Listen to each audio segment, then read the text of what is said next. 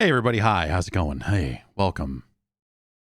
Thanks for joining us here on Friday. It's what's going on? It's Friday, it's the 30th. We are dang near close to the end of the year. And this is it. This is I guess the final stream of 2022. I don't know. Well, that's silly because obviously we'll be back, on Tuesday with the podcast and it's just the weeks keep rolling. So, it's really, when I look back on the year, and I've been looking back on the year. I was hoping to get all this Game of the Year stuff done in December, but it just didn't happen. So I'm going to start putting up polls, I believe, either on Patreon or I'll create Google Forms for people and put those. Either way, the information will be on Patreon for people to do some voting for the Game of the Year in a handful of different categories. And I'll probably work with the advisory panel to cook up some additional categories. I've got 5 here so far. I don't know what a good number is. How many polls do people want to vote on? If you keep in mind that each poll is probably going to generate an email because it gets posted to Patreon.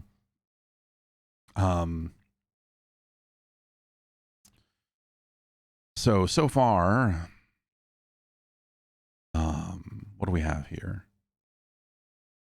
Just so you have something to think about. This is the categories that I've got so far that I feel pretty good about. Game of the Year.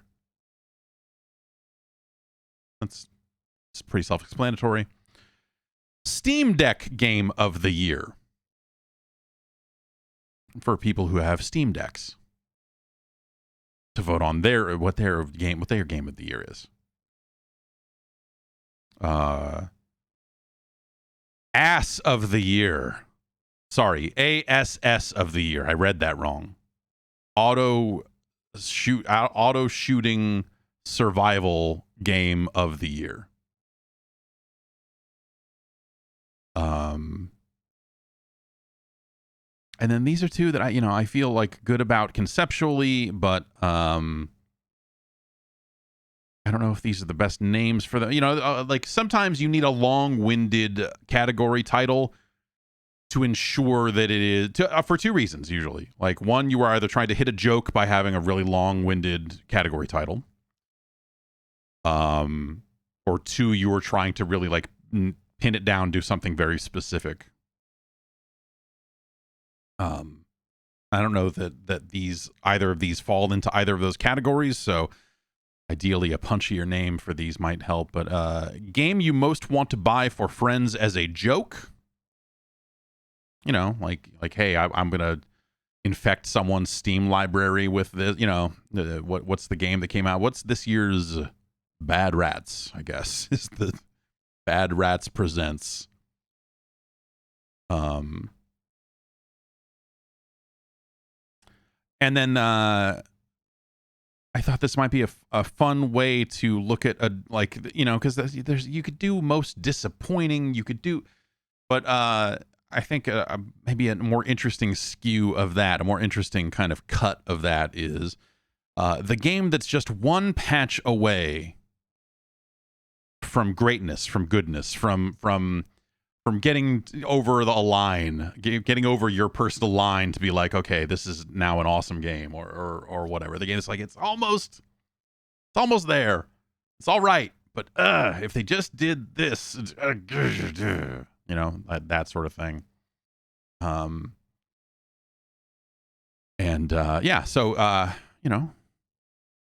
if you're on the Patreon, start thinking about those categories, and like I said, probably if any more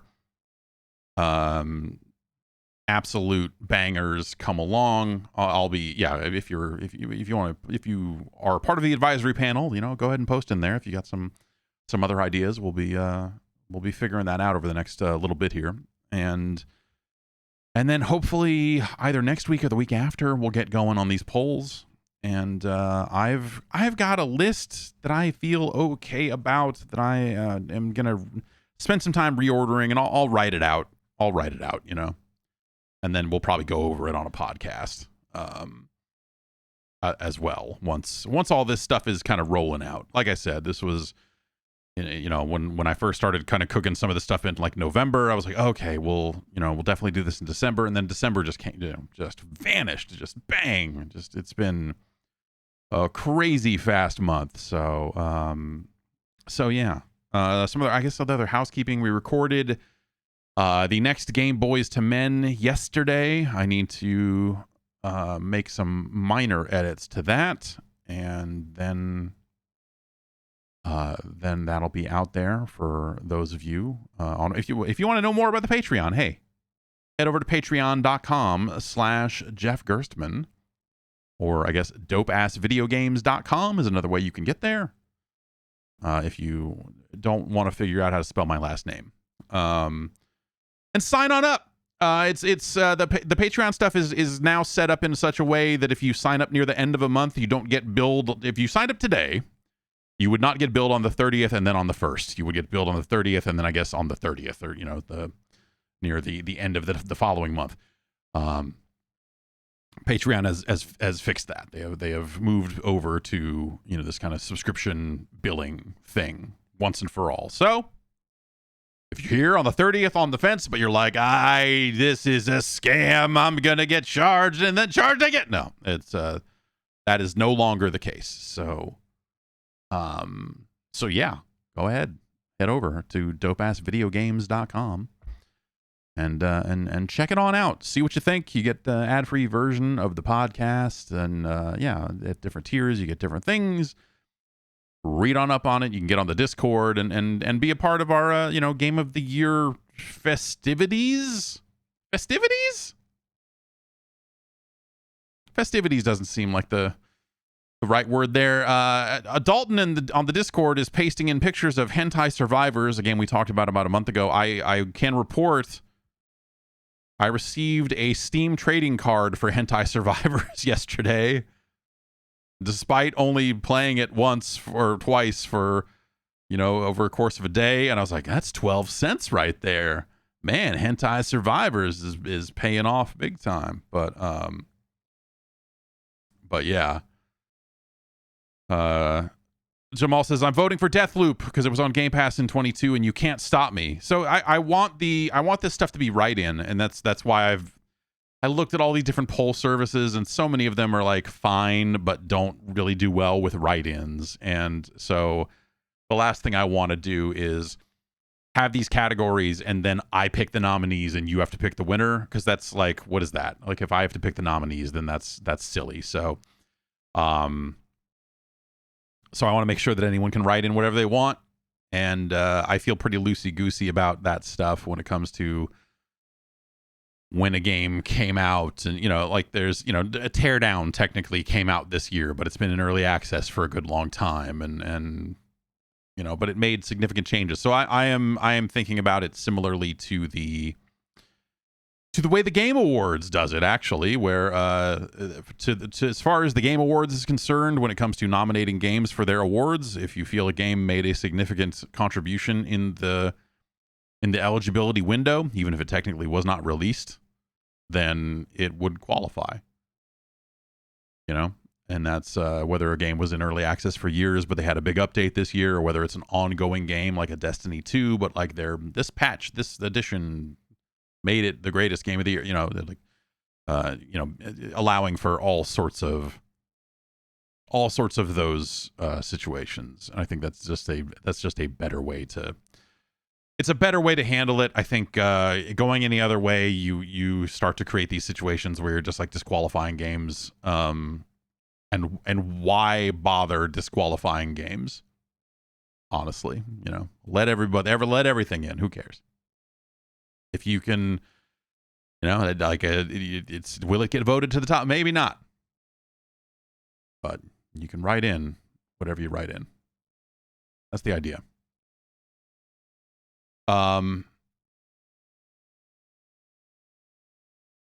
Yeah, yes. Well, I don't know. Swallow Breath is asking what are the most anticipated anime of 2023. I don't know. Most anticipated is kind of a weird one. I generally speaking am for it, but I don't know if I don't know. Should we do most anticipated game? We could. We could. I don't know. I know I have a pick for that because I had to fill that out for Keeley for the Game Awards. So I know what my most anticipated games are.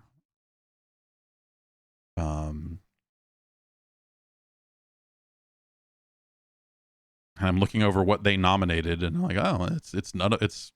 I don't think it's. I don't know that it's maybe one of the games that they maybe one maybe two of the games that they nominated would make my 5, but I don't know. Yeah, so I don't know. That's the housekeeping. I originally, I've been waiting for this month's MAME release to come out, but I don't know that it's going to be useful because it just came out this morning, and I haven't been able to really spend much time with it. But I'll see if I can briefly show you what I wanted to do here, and maybe if we fumble around with it more, we can do what we need to. We can get it to do its thing here. Let's see. And I'm going to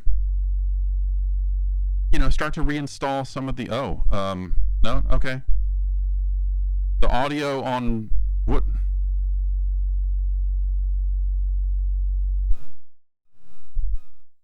Oh, I see.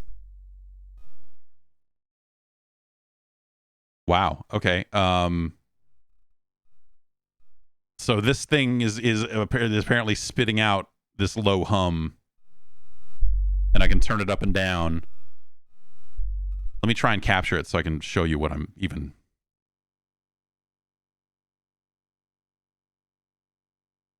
talking about here.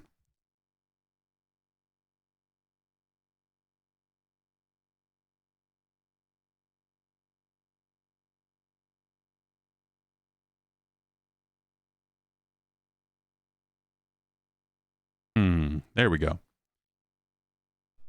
So I'll turn this all the way down, but so this weird emulated German machine is causing that hum, and I can only hear it when I move my slider up and down. But I can see on the the sound meter that it is that this thing is definitely emitting audio.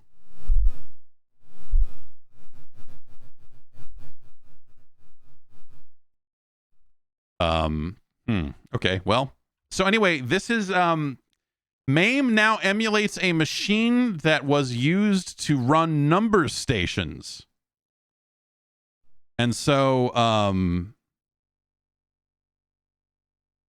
that is what this is.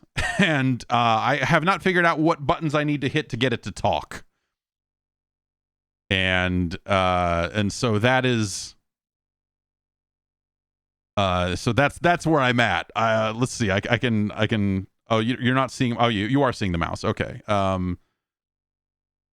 So we can hit clear, yes, error 13. Clear, no, error 13. Out. Is EX execute maybe? Mode. Stand, yes. There's a video. Let me find. Maybe if I can find the video.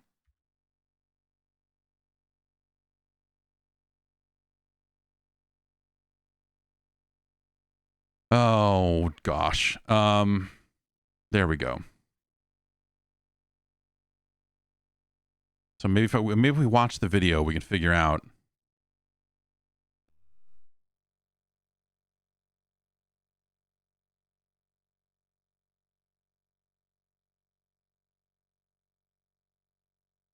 Hang on. I'm sorry. I'm watching a video here.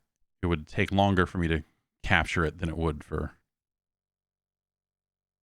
input. So what's he hit here?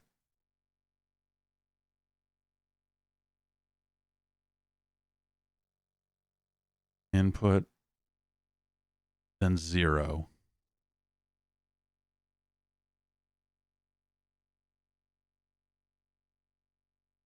Keyboard monitor, yes. Morse, no. And let me watch more of the video. Speed running this. Keyboard, yes. Monitor, yes. Morse, no. Morse, no. Speech. Okay. Morse, no. Speech. 1, 5, There we go. 5, 9, 6, 6, 6. Achtung, Achtung. Trennung, Trennung. Ende. Oh, it's because I hit end. Okay. So input, TR, no. Keyboard monitor, yes. Morse, no. No. Speech, that. 1, 1, 4, 1, 5. 1, 1, 4, 1, 5. Achtung, Achtung. 5, 5, 9, 8, 7. 5, 5, 9, 8, 7. Yeah. Fucking awesome. This will cut that. Is it weird that I'm like, this is gonna really come in handy? Okay, so we can there's a speech ROM internal. Okay, there's supposed to be, is there software list? File manager, there it is. So we're running the German ROM because of, why wouldn't why wouldn't you? We'll go to the software list here. English from a Polish speaker. Sorry, let me close this window here. And then let's see what that sounds like. Input TR, no. Keyboard monitor, yes. Morse, no. I mean it, Morse, no. Speech, question mark. 1, 1, 4, 1, 9. Oh, jeez. This is great. 5, 5, 2, 8, 5. Attention, attention, attention. Oblique, oblique. 4, 4, 4. Out.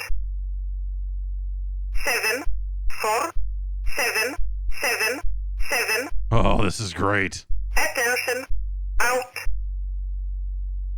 Okay, and then as soon as you hit plus, that as soon as you give the end of thing. You're an American-born Polish speaker, and this is accurate. Yeah. All right. Good. Good. Let's go back to let's change the English. Let's do German older. You know, so we can really do some Cold War era shit here. Yeah, which button plays the Lincolnshire Poacher? We really need, you know, we need the tone generator. Okay, input TR, no. Keyboard monitor, yes. Morse, no. No. Speech, that. 1, 1, 9, 5, 5. 4, 4, 7. Achtung, Achtung, Achtung. 6, 6. Yeah. 2, 0. 2, 5. Achtung, Trennung. Achtung, Achtung, Achtung. 4. Oh, that's great. This just came, yeah, so this version of MAME just came out this morning, and MAME's weird, man. You know, they spent a long time working on arcade games, and obviously, you know, they got a lot of them, and you know, I think the interests of the people that are adding things to MAME these days are very diverse, and they've spread out, and you've got people just emulating weird shit because they can. And I think sometimes people that love a certain era of newer arcade games are like a little frustrated by that, because they want to play, you know, whatever arcade game that MAME doesn't currently support. And they're like, they're working on it, but you know, it's a free project, and they work on kind of what they want to work on, I guess, you know, and yeah, so it sounds normal when I turn this down, right? Like right now it sounds fine, I assume, because I've got the audio from the speech generator turned all the way down. But as I go up, now I bet it sounds great because it's all the way redlined. Oh, sorry. Okay, let's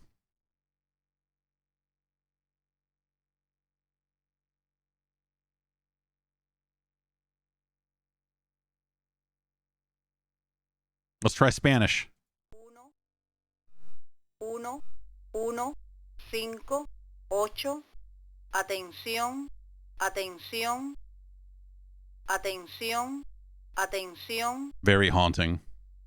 9, 9, 5, 6, 6, 4, 2, 4. Final. Cool. All right. Well, what is something like this actually used for? That's a great question. So some of these are still in use today. Maybe not this machine, but conceptually, you will have shortwave radio broadcasts that are broadcasting this voice, basically.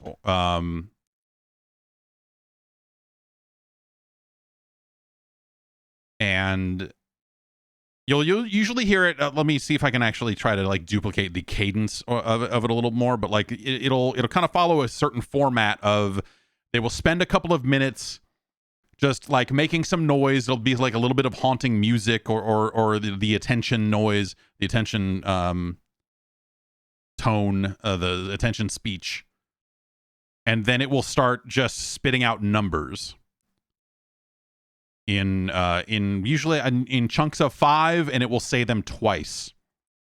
And the idea, so how that might work is it would have like, let's say 3 minutes of Achtung, Achtung, 5, 6, 2. Achtung, Achtung, 5, 6, 2. so you'd have situations where it's okay, like, you know, it'll be calling attention and then giving like a 3-digit number, which as I understand it, the 3-digit number is meant to indicate who the message is for. And so that'll go on for a while. So if you're spy number fucking 562 out there, you're like, oh shit. And you're getting your little tiny little book out with the code, with the thing that translates this code. And then it is reading out things like this. 6, 2, 6, 3, 4. 6, 2, 6, 3, 4. And it'll say those sets of 5 numbers twice. And it'll do it for however long the message needs to be, right? And then, you know, presumably the spy is very quietly and, you know, next to a shortwave radio somewhere, you know, writing down the numbers, translating the numbers, going like, oh, okay, so I should kill this guy. Got it. And then burning all the paperwork, and including the so this is what's called a one-time pad is the type of code that are usually used here. And that means that basically, unless someone fucks up and uses the same cipher twice, these are not easily or possibly decoded, as long as everyone is smart about it. And because it is that kind of low-tech kind of thing, that all you really need is a radio and you know, your paper or whatever, it is something that can kind of infiltrate areas that, you know, electronic communications like other things can't. And so you do have some situations where some of these number stations are still broadcasting today. There was a really good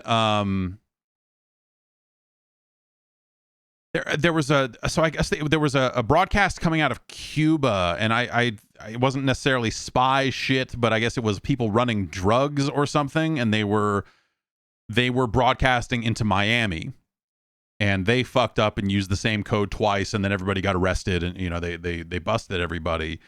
You can go read up on that if you want. But, you know, if there's a... So that's the basics of it. It's weird Cold War era spooky shit. And there is a 5 CD set of number station recordings from throughout the years available, called the Conet Project, CONET. And I believe that is just on archive.org if you want it. And I would play it. I would play it here, but they are something of sticklers about their copyright stuff. What is it? What was the band? Was it Wilco? A band sampled the Conet Project in something, and then they got sued. So yes, go. You know, but also like you know, you can go find pages that, you know, because if we've learned one thing, it's that people that monitor radio frequencies are fucking crazy. And so they, you know, over the years have pieced together this, like, well, this station broadcasts on this frequency at this time, and we've called it this. It's in German. This one's in Spanish. This one over here is in English, but we're pretty sure it's coming from this government or this government. And so this is all related to, in some ways, this is kind of related to the buzzer. That Russian station that was just broadcasting the burr, burr, burr noise that then recently has been, I wonder, recently other people were broadcasting on the same frequency and, like, you know, stirring, like playing music over it and fucking it all up. And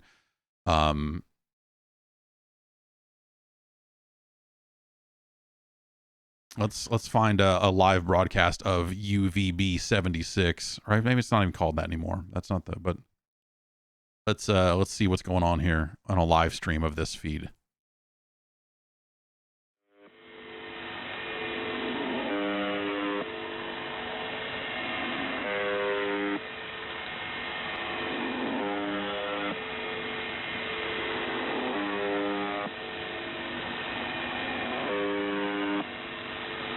Yep.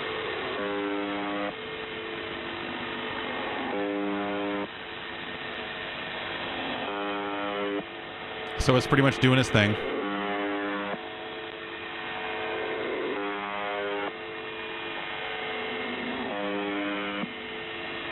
But let me see if I can find. I'll just look for a number station on YouTube, and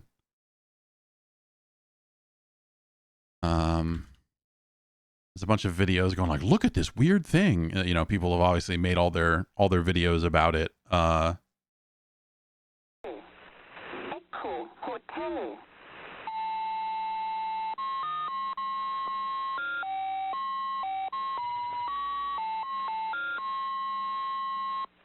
Echo Hotel. Echo Hotel. Echo Hotel. Echo Hotel. Yeah.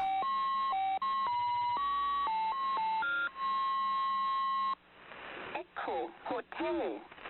Echo Hotel. Echo Hotel. Echo Hotel. Message 437. 437. 92. Good. Attention. 43743. Okay, well they cut off the whole message there, but that was at least the introductory setup, letting you know who the message was for, basically. Sorry.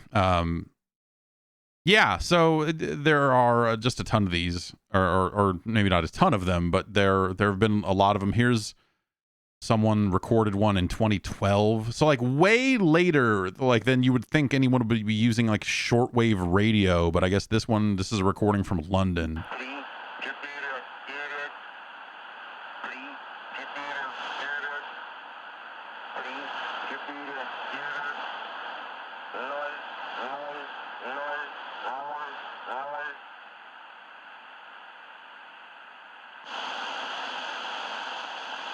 Okay, that was just a snippet at the end of a broadcast, I guess. Just caught a little bit of it there. This one was recorded in 2013. So, yeah, it's just a really crazy thing that has been existing out there on the airwaves for decades, under our noses, if you will. And it's just a fascinating thing. So the idea that, like, so one of these machines, yeah, so someone has gotten their hands on one of these machines that I guess was used by the Stussy, the jeans people. No.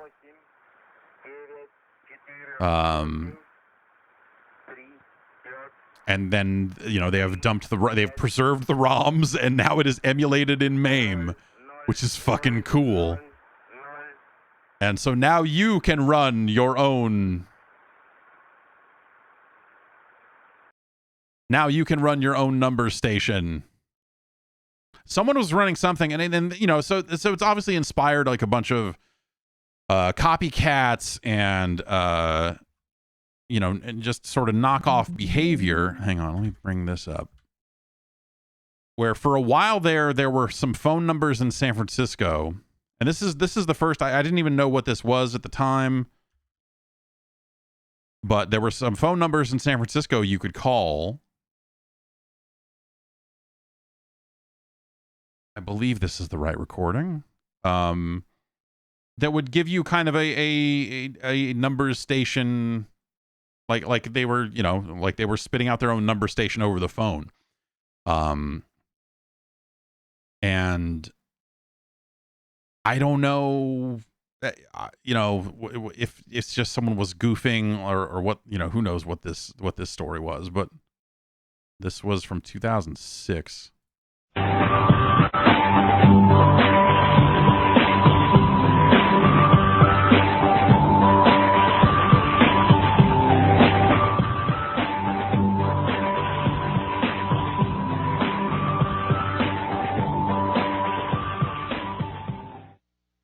Group 415. Group 415. 0 1 T 0 5 0 1 T 0 5 6 0 5 1 0 6 0 5 1 0 1 2 0 7 9 1 2 0 7 9 0 4 6 0 6 0 4 6 0 6 5 0 1 0 0 5 0 1 0 0 9 T 0 0 0 9 T 0 0 0 0 8 2 0 T 0 8 2 0 T 9 0 1 T 0.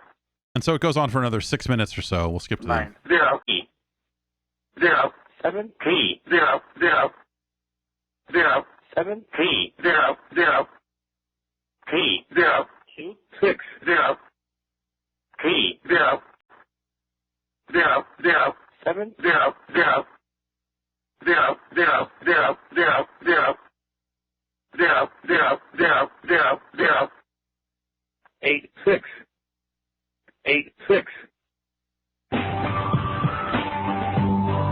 And it plays the, well, yeah. So, yeah.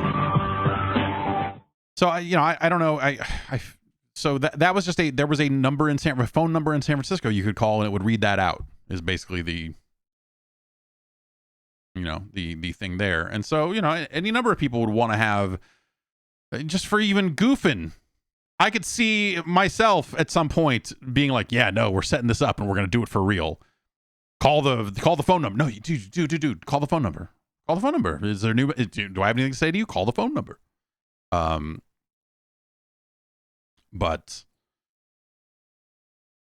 yeah, so you know, who knows, some of the stuff happening on shortwave radio broadcasts that could be heard halfway around the world. You can safely assume that broadcasting with that type of wattage, that type of power, is going to require a government.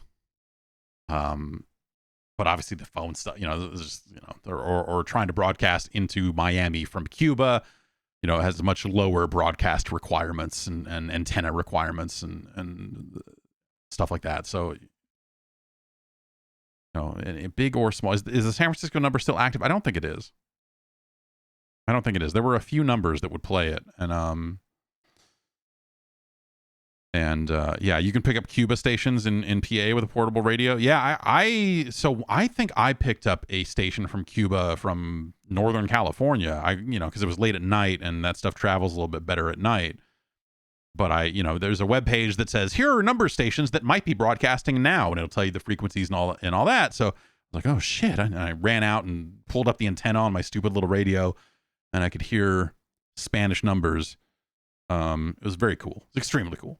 So all this was cool enough for me to buy a fucking little shortwave radio. So, yeah, but you can't really hear all that much from the at least the west coast of the U.S. On the east coast, I think you can pick up a little bit more, but there's just not that much you can get from here. So, yeah. Did I ever hear any of the recordings of the ham radio operators made of the internal transmissions of the USSR space program during the space race? They lost a lot more cosmonauts than they admit to. Yeah, I have not heard any of those, but I did hear that they had kind of hidden some of the deaths there. But yeah, I don't know. Number stations, it's just a fucking crazy cool thing. You can also, there's a kind of an end around to access this stuff from wherever you are in the world, because some people have set up what's called a web SDR, and that's a software-defined radio that has been hooked up to the internet. So basically, it's you are loading up a web page that is connected to an antenna, and you can tune that antenna however you want to receive whatever frequency you want. And so you can log into it. You can go to a web page that's, the server's located in, I don't know, Norway, wherever, and pick up and listen to Norwegian radio if you're listening on the kind of the AM FM bands, or you can get into the shortwave and find different stuff there too. And I don't know. It's just I feel like once every, let's call it somewhere but 6 to 12 months, I go, oh shit, yeah, I should go listen to a bunch of weird foreign radio stations and weird broadcasts. I love the way that shit sounds.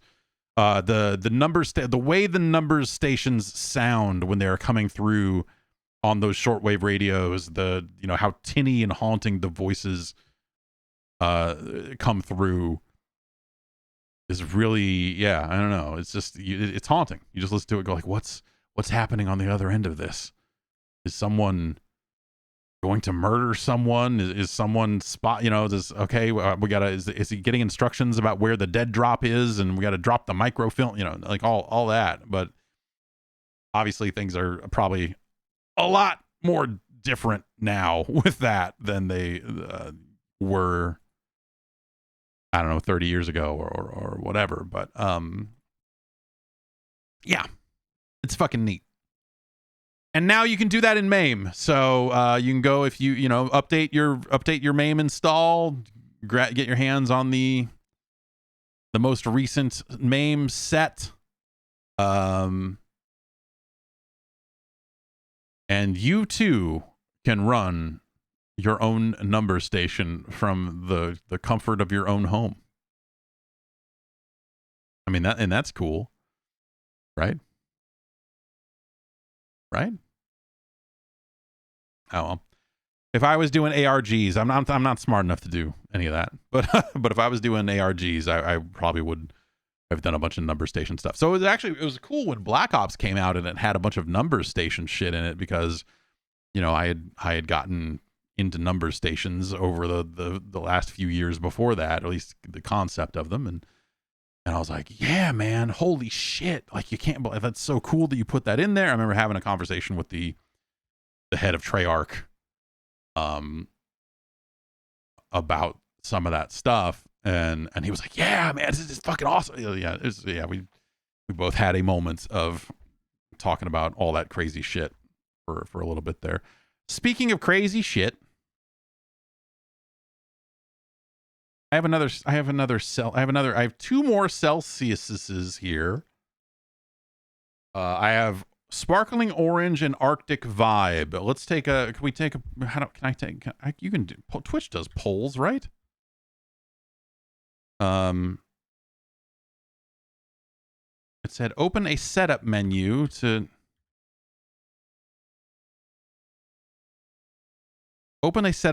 create a poll, is what it said when I typed in /poll. But then when I type that in, it does not pop anything up that lets me do that. So maybe it's because I'm in the chat pop out view. Let's go back to the regular view here, and there we go. Which one? And Sparkling Orange or Arctic Vibe? And we'll allow additional votes for people who want to really fucking stack it up. Why not? We don't use these channel points for anything else, so.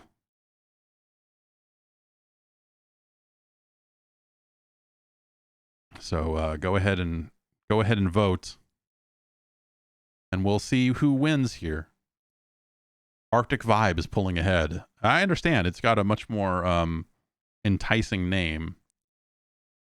Arctic Vibe, it says Sparkling Frozen Berry Edition. Sparkling Orange is just, you know, orange. I don't know. That other Celsius I had, was it Tropical Vibe, it was no good. It was no good. Thanks to Mini Tick for subscribing. We had a hype train. Oh yeah, we had a hype train going. Yeah, number stations and hype trains go hand in hand. The people love the number station. Greasy Cardboard, 3 Oct, Hobo Dan, Orphan Bold Spear, Shot Point, everybody. Okay, the poll is almost over, and we can tell here. Yes, Arctic Vibe has won with 56% of the vote, 451 to 348. Okay, well, let's handle all of our our housekeeping at the top of the show here. We'll rank a drink. Let's get the list up here.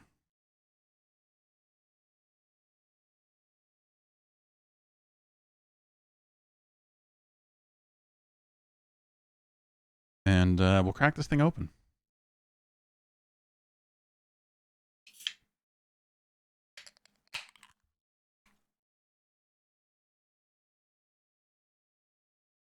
This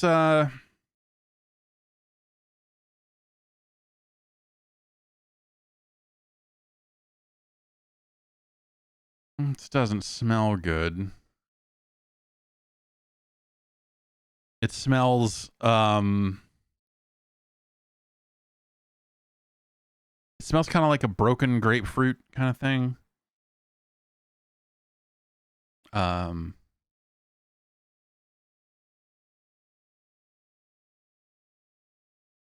Like somewhere between grapefruit, peach, and pineapple, all kind of run together a little bit here.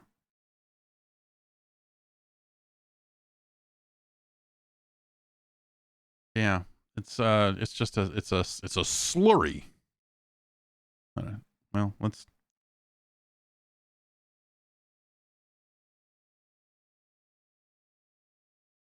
What the fuck?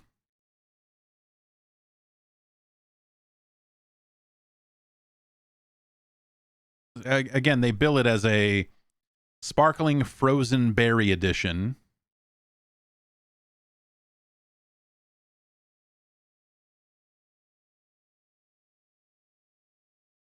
It tastes like it's like a rotten fruit.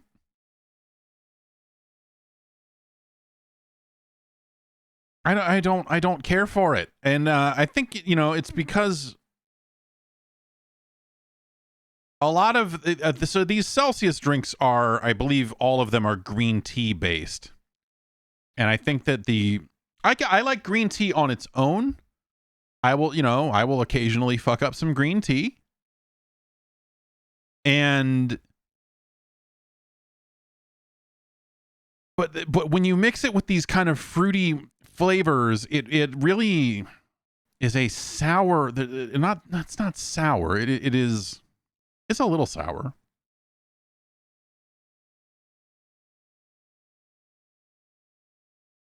But that kind of green tea vibe cut with the attempts to make it fruity, it's not a good mix. It doesn't work out. The fruit flavor is not strong enough. It's not sweet and tasty. And the clashing flavors in it really hit the tongue wrong. It hits the stomach wrong as well. Like there's just something about drinking these that just doesn't feel great.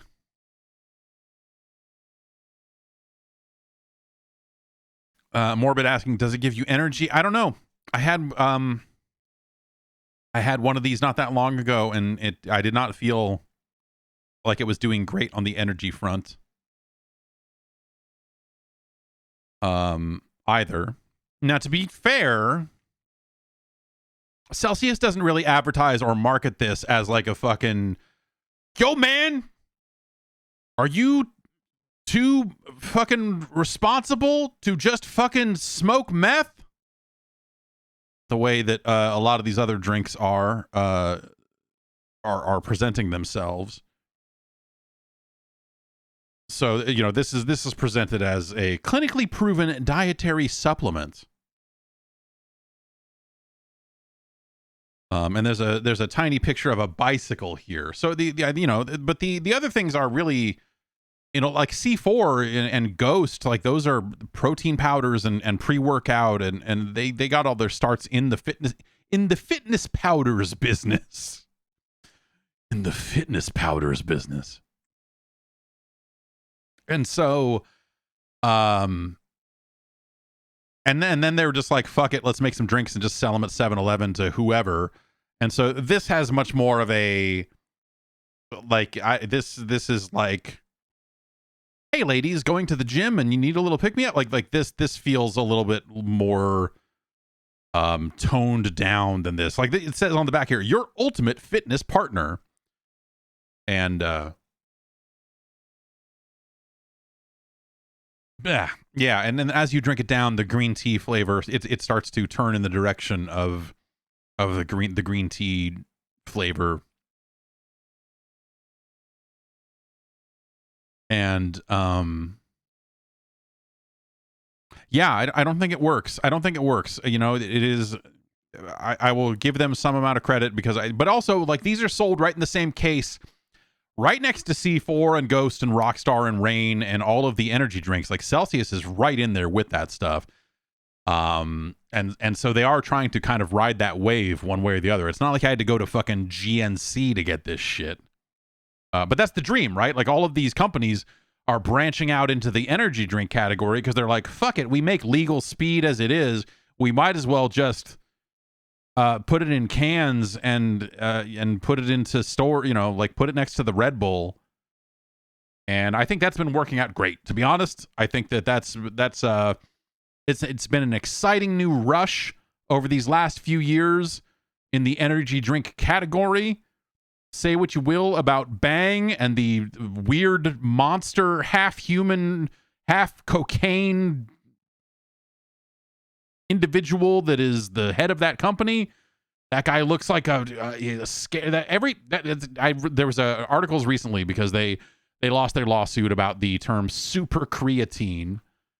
And it was this article about how Bang had signed a distribution deal with Pepsi, and they were going to really be out there in more stores, and then it kind of all fell apart on them. And so this guy blamed Pepsi. He was like, our partners at Pepsi are sucking shit, and we need to get out of this deal, and we're building our own distribution network. And I'll be curious to see how that goes for them long term. I think they're just kind of getting started with that over the last couple of months. I'm not sure, but Yeah, that dude is a fascinating specimen, in the vein of like if Netflix made a documentary about this guy that followed in the footsteps of like a fucking I was gonna say Tiger Mask. No, what the fuck is the? I already lost it. The name of that show is just gone. The fucking the Tiger King, right? Yes, Tiger King. I'd much rather watch a Tiger Mask documentary, but he's got like, yes, he's got big time Carney vibes, and presents it all as if it is just like hard proven science, which it doesn't seem like it is. I'm not a scientist, so I'm not going to say one way or the other. What do I know? But people that do know seem to be picking apart the claims a little bit, and now they can't write the words super creatine on their can anymore.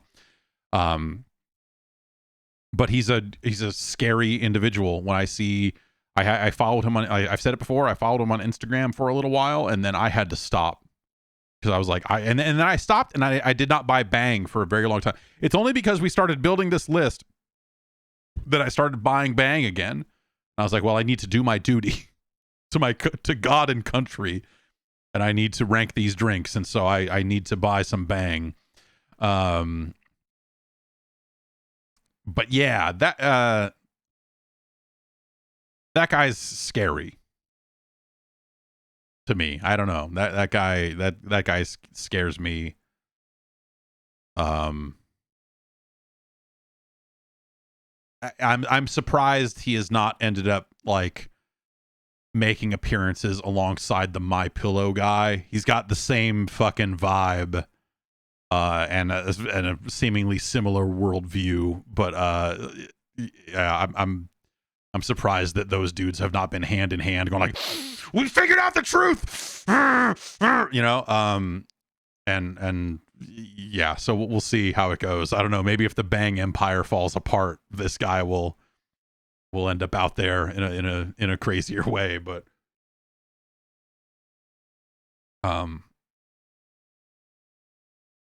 yeah, Arctic Vibe is not good. I don't like it. I don't like it. I don't like it. Toilet Paper says, I imagine everyone who owns Andrew Tate, everyone owns an energy drink company looks exactly like Andrew Tate. I think that a lot of the big companies have been, or a lot of the companies have been sold to beverage companies. So, you know, I want to say Reign is a Coca-Cola product, if I remember right. But I guess there's stuff like G Fuel, and I think some of those are still technically independent, but Reign is okay. Reign is Monster, and then isn't Monster Energy owned by Coke? Yes, it is.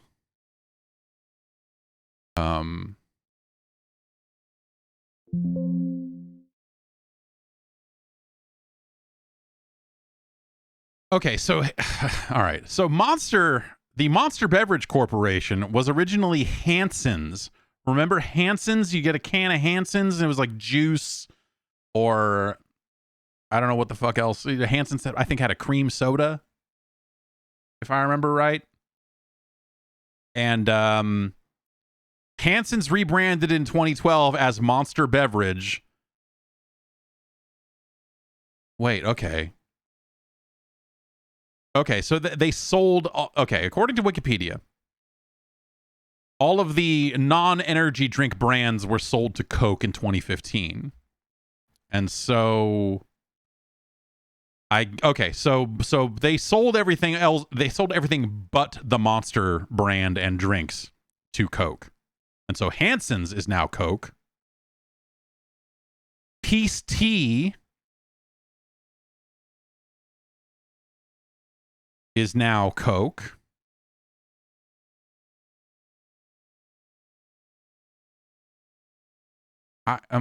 This is all very confusing. Anyway, Coke does own 19% of the Monster Beverage Corp. So They're you know, Coke is involved, I guess. And then Rain. So yes, Rain is a monster drink. Man, this is what a tangled web.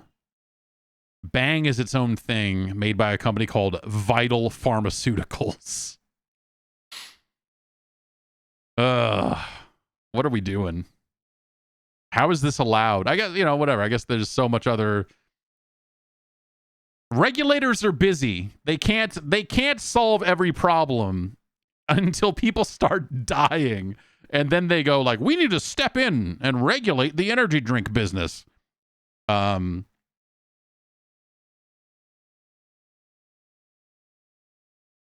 Okay, so all right. NOS, the NOS energy drinks were originally okay, that was Coke at one point, and then as part of whatever happened when Hanson's got sold to Coke, Coke then moved NOS, the NOS brand, over to Monster, and so now Monster is also NOS. Full Throttle is also Monster. That's so crazy. That's crazy. All right, I'm not going to sit here and untangle the ownership. But the energy drink monopoly that is happening out there. Yeah, who is Zoa, the Zoa energy drink? Is that just too new to have a Wikipedia page, I guess. Okay, Zoa energy drink owner. It's just gonna bring up a picture of The Rock.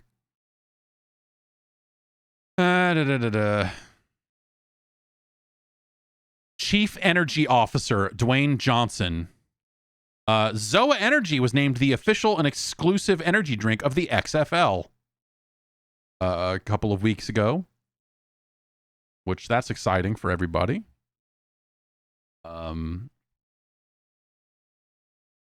sure that was a tough negotiation. Do you think it's? Do you find it as funny as I do? All of this Black Adam stuff.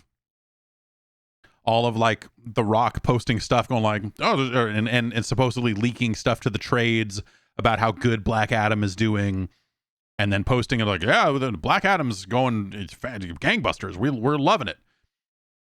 The team out here, we're very cranked about the future of Zoa energy drinks and Black Adam, and then now as they reshuffle the DC film properties all over again, then he had to post like, yeah, well, I guess that's not. We're proud of what we did, and it's not going to happen ever again. But, well, the hierarchy of power was, as it turns out, was maybe not as shifted, and so like it's in some ways it's got. I mean, well, whatever. That's got to be like crushing for The Rock, because like he championed that thing for a really long time, and also. It was like him taking the mantle and starring in a film franchise, a potential film franchise, which he hadn't done. And like, what's the best movie The Rock has been in? It's the Rundown. It's well that he starred in, I guess I should say, because like Fast and Furious is like a fucking an ensemble. Moana is an ensemble. He's not the star. He's not the man on the poster holding a gun going, I'm going to solve the problems. You know, he's not like a back up against a wall going like, we've got to shoot our way out of this one, brother. You know, like there's nothing. Yeah. The Tooth Fairy. Yeah. Right. Like it's interesting. There's been this sudden reappraisal in the wake of Black Adam. There's been this very sudden and sharp reappraisal of The Rock's film career. And people are going like, oh, man, wait a minute. Fuck that guy. Holy shit, wait a minute. That guy sucks. Rocky sucks. We were right the first time. I think that's really interesting. And yeah, obviously, yes, El Generico brings up that, yes, that Batista is better than The Rock. And yeah. Yes. I mean, Batista has embraced acting in a way that very few wrestlers have, and I think it has served him very well. Batista just seems like a good fucking dude. And The Rock seems like he is desperately trying to move up a food chain that maybe doesn't exist the same way it used to anymore, or something like that. And I think, whatever. I think The Rock has done really awesome stuff outside of wrestling. Like his roles in the Fast and the Furious movies. I think he did a good job there. What was Southland Tales? He's got some good scenes in that, right? That's the movie I'm thinking of, right? It's not a great movie, but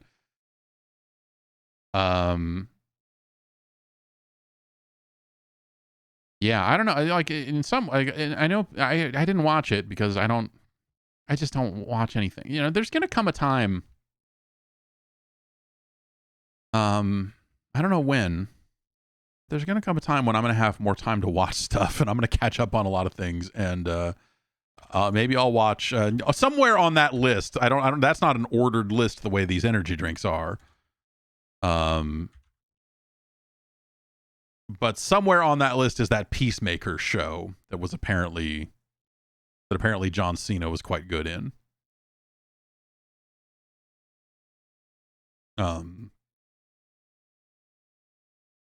I hear good things.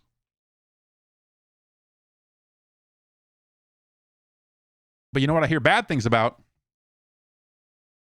Celsius Arctic Vibe. Where's the other Celsius? It's pretty low on the list here. I'm going to say this is even worse than that. This is worse than a Lottie New Arctic White. Oh, but it's not. But it's definitely not worse than Rockstar Xdurance Marshmallow. Rockstar Xdurance Marshmallow is rancid. It is a time bomb. It is Ruby Soho. It is absolutely rancid. And so it's hard for me to put, like, you have to enter a really. You have to get pretty fucking rotten to beat Marshmallow and end up on this lower list.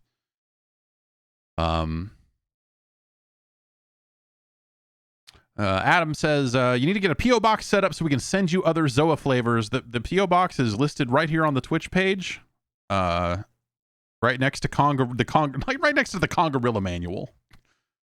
If you, in fact, I'm going to open a box here that came in a while ago that I just have been forgetting to open because the box has been very key in keeping my kids from climbing this this shelving unit. But yeah, we'll open it up here. Okay, let me write it in here. Celsius Arctic Vibe. And now we will recopy the list. Now that I've added it, we will paste it back into here. And there you have it. Our new number 50. Celsius Arctic Vibe. Not a good drink.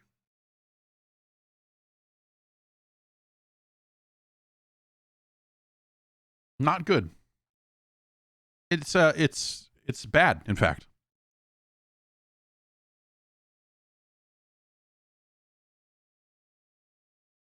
Ugh, but at least it's gone. Yeah. Ugh. Snooky Tom asks, are you the least bit curious in seeing a movie in high frame rate like this new Avatar movie? I was quite pleased. Yeah, sure. Not enough to go see Avatar, but presumably when Avatar comes home, I would think that they would do a high frame rate version of it because more and more people have that capability at home. What does it run at? Does it just run at 60 or are they going You know, frames win games, but what about movies? Does Avatar get up to, you know, what is it, 165 hertz, something like that? Is it really? Do I have to watch it on my monitor here, or can I just do 120 over on my TV? It's 48. Okay, that's not that interesting, honestly. I don't know if I don't know if any of these screens do 48 natively. Do they? Because I know they'll do 24. Well, whatever. This TV is variable refresh rate, so I wonder if it would just handle it. I don't know. I don't, like, stuff like that doesn't really. Sure, I would take a look at it. But you know, yeah, I saw some of Gemini Man at 120 frames per second, or whatever the frame rate was there, and it, you know, it looked like it was shot on a phone. It looked like it was, you know, but I don't necessarily think that's a bad thing. I think, you know, it's a stylistic choice. Like it's whatever. So you know, that I don't think that's a huge. I don't think that's a huge problem. You know, like as long as it's a meaningful aesthetic choice that looks good. But I think sometimes that stuff can look really cheap in a weird way. But at this point, you know, I don't know. Like I watch YouTube. I watch videos on YouTube. I watch video games being played. I play video games. And so just most of the things that hit my eyes these days are, you know, at a minimum, you know, it's like 60 frames a second. Gotham Knights notwithstanding. But, you know, a lot of the stuff I'm seeing is, yeah, it is running at, you know, somewhere above 60, honestly. And so I don't know. I'm not really, people get all weird about that when it comes to movies, but I think as long as you're doing it for interesting reasons, that can work. And I don't necessarily subscribe to the whole like soap opera theory. Depending on what you're shooting, I guess. Like, you know, and so I guess, like, really in some cases my only comparison point is kind of the motion smoothing stuff that TVs can do, and that shit's crazy. I don't think it's good, but it's interesting. And I think, again, it's mediums change, mediums evolve, and hey, can we, you know, things are 24 because things have been 24, and people are used to 24, and so they get all weird when things aren't 24. But you know, if enough stuff came out at a different frame rate, you would adjust, and you wouldn't even think of it anymore. So I don't know. That's okay. Yeah, so. Main MB Mario says, anyone ever test that with old games running Super Mario Brothers at 120 frames per second through motion smoothing? That you can't do it. Because it is the way things scroll in a Super Mario Brothers, the motion smoothing technology that the TV applies to it just smears things in a weird way that it looks broken, and Mario looks all glitched out and fucked up, and it doesn't work. It doesn't work the way you think it would. It's not DLSS 3. It's not that. It's not doing that. And so my TV occasionally would just reset. So I have a switcher, or I guess I have a splitter. I have an HDMI matrix hooked up to my capture card. And then on the other end of that is, I believe, the PlayStation 5, my MiSTer, the Switch, and my Retro Tink. And then the Xbox is the only thing I have plugged in direct to the TV. And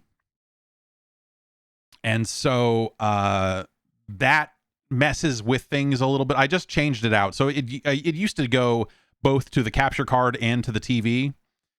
And now instead it's just going just to the capture card, because I found a box, a splitter, that will also send 120 hertz, and so like the PlayStation 5 stuff, I can use more of the PlayStation 5 high frame rate features and HDR and all that shit through this other switcher. The trade-off is that I can't send it out to multiple sources. And so hopefully someone will, hopefully this same company that I bought my last 3 switchers from will upgrade in such a way that I can do that again. It's some insane brand, if you're curious. I'm going to grab that box of energy drinks. I'll grab the other, my old HDMI splitter while I'm at it. It's a brand that's on Amazon. Hang on.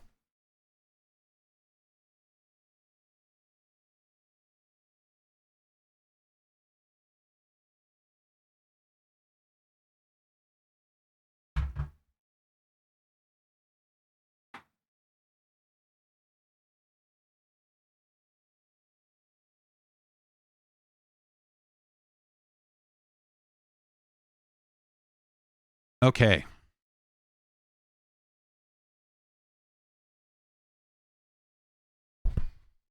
All right, so we got this. And then, yeah, John turned me on to these. Moderator John. I don't know if he's probably at work. Is he? He's probably off. Oh yeah, he's there. Yeah. I guess this says easy coup. I forget. I need to look and see. Oh, did we get it? Oh, Vectoroid's done. Okay. I was thinking I would raid her once we were done, but she's been going all night. So, yeah. She started that stream as I was going to bed last night. So this is the unit I have replaced, and this is a 4K 60. This will pass HDR. The other one I got is it will do 8K and it will do higher frame rates and stuff like that. But this basically what we've got is we've got 4 HDMI ins and 2 outs. And also this defeats HDCP if that's something you care about. That can be very handy in certain situations. And this box served me incredibly well. But when the new consoles came out and they're like, hey, we can do variable refresh rate, we can do 120 hertz, we can do all this other shit. I was like, well, shit, man, this thing can only do 60. And I want to be able to see. I basically, my goal was to get to a point where I never have to fucking move a wire ever again. The 8K is also from the same company. The unit I bought is made by the exact same company, and it looks almost exactly like this. And in fact, came with a very similar remote. And so this thing was indispensable because it had 2 outputs, and it would go from basically I would plug in my 4 sources, and then I could go out to my TV, and I could go out to the capture card. And then the capture card has a pass through, so I could go from, and I still have this setup. The capture card goes out to this monitor right in front of me. So when we were playing Pitfall, or not, we didn't play it on the MiSTer, but when we were playing stuff on the MiSTer, or when I'm playing console games, I'm playing it on the monitor in front of me because I'm using the pass through from the capture card. And so that was very handy because then I didn't have to like sit and turn and look at the TV to play games. And so the thing eventually the call I had to make was like, well, okay, so the trade-off. The unit I have hooked up now is still 4 inputs, but it is only 1 output. And so I can't go to the TV and the capture card. So now I'm back in the business of having to swap a cable from time to time. But it also means that I can leave the PlayStation 5 hooked up to that box and still get the high frame rates and refresh rate, like all of that, without having to move that cable and without having to wire it directly into the TV. Because I was finding that I just wasn't using any of those features and wasn't even seeing how they looked because it's just like, I don't want to fucking move the cables. But I should see how that shit looks. I bought this fucking TV.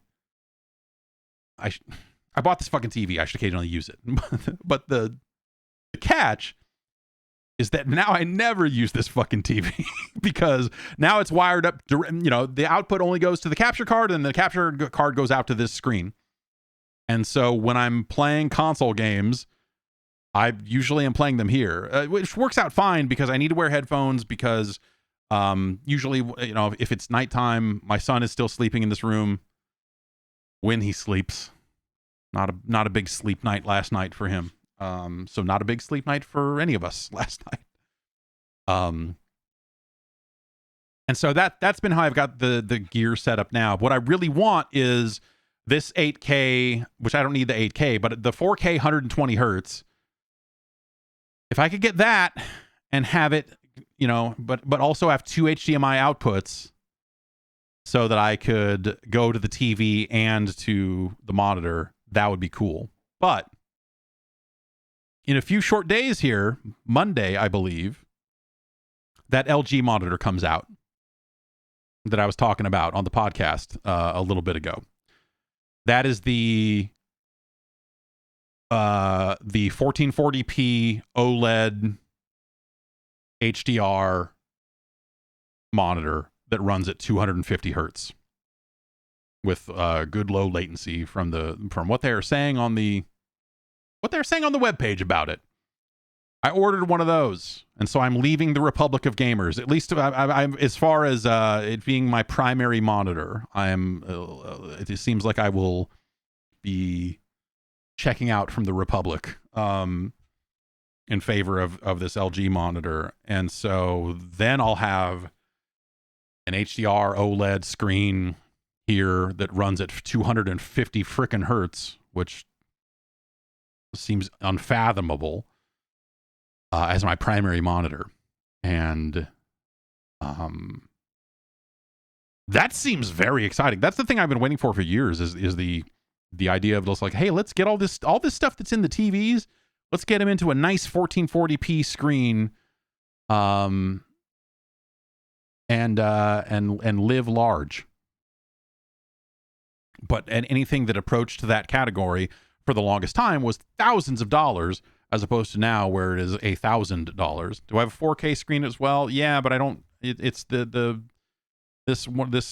other monitor here that you can't see. This Dell is I have a vertical monitor here that runs at 4K and is HDR, but it is not an OLED.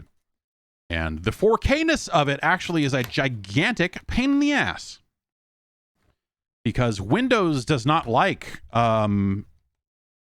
having a 4K screen. So basically when I'm moving windows between monitors, when it gets over to the 4K monitor, it fucks everything up. And so I used to run OBS on this monitor, and OBS did not like being run at that I was going to say bit depth. That's not the term, but basically OBS would go to shit. All the layout would fuck up as soon as I moved it to this monitor. So I had to reorganize everything to move everything over here. And so DPI, dots per inch. This is the monitor I'm going to be replacing. I'm going to take this one out of the loop and move it out to the garage and hook it up to the machine out there for easier garage streams. And because that PC out there does not have a monitor on it at all, or a keyboard or anything, and so I have to remote into it to do anything. Oh, okay, yeah, this is interesting. We can definitely try this and add it to the list here. Yeah, DPI scaling, it sucks. It's annoying. What we have here is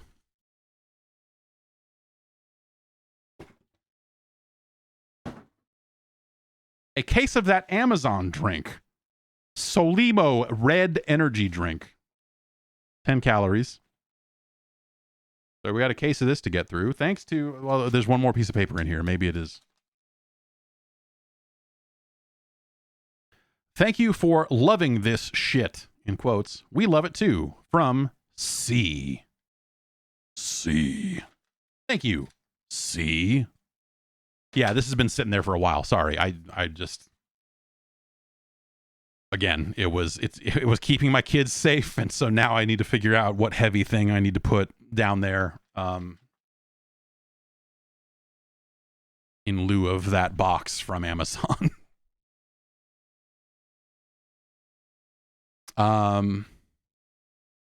Okay, so I guess we're done with the energy drink ranking here.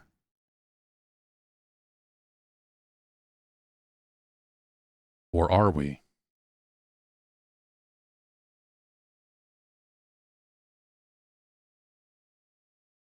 Let's find out what the sparkling orange is all about. Let's get these out of the way.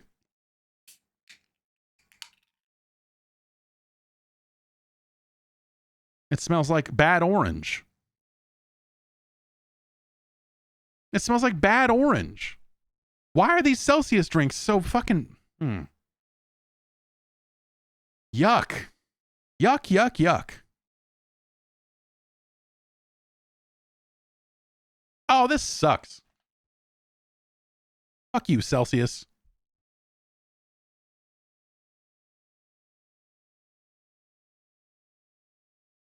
That's a... Ugh. Ah. That's a...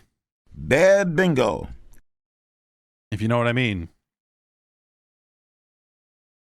That's a... Anyway up 6 and 9, 69. Wait. Larry, no. All the Angry Men, number 12. 1 dozen, the number 12. B, 12. There's a knock at the door, number 4. There's a knock at the door, number 4. Thank you, Larry. Bad bingo. These are not good taste in drinks, and I think that's the thing that the other kind of the invaders into the energy drink space, the people that are now peddling pre-workout as if it was just another Red Bull. It's my favorite House of Pain and Helmet collab, just another Red Bull kid. They correctly assumed that, like, hey, we have to make these things taste like good, or like so sweet that it hides the chemical profile. And so since Celsius is going for more of a natural vibe, as far as I can tell, I feel like that's the, no aspartame, no high fructose corn syrup, no preservatives, no artificial colors or flavors. So they're shooting for the kind of pure, clean experience. And of course they're going with green tea, like it's designed to appeal to a specific sort of person. So and so I can't fault them for that. Like this is what they're going for. This is what they're trying to do. But they're still going in the case next to C4 and Ghost and Bang and all this other stuff that is also kind of pre-workout oriented energy that that they have also said, like, but also this tastes like Sour Patch Kids red. They've definitely done a lot of work on the flavor, and that they have probably added dozens more chemicals to the mix in their attempt to make those things taste good. And so I guess on some level you have to give it to you really have to give it to Celsius for attempting to do a more natural energy thing. But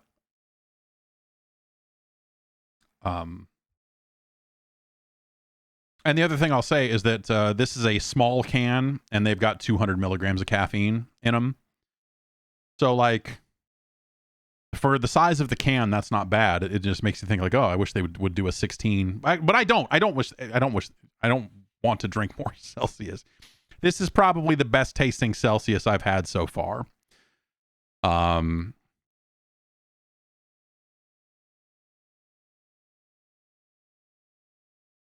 What about water? Water's for drinking off camera. That's no fun. We drink water at night. You know what I mean? What about the Lord's energy drink? H2O. Let's see.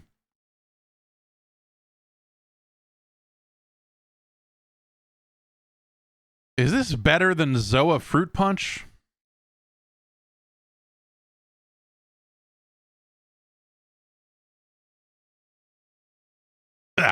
No.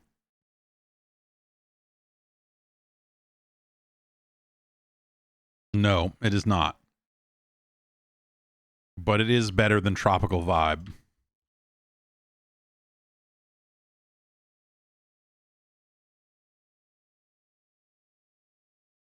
And so let's update the rankings once again. A double shot of Celsius here at 45 and 46. And Arctic Vibe slips to number 51. Yep.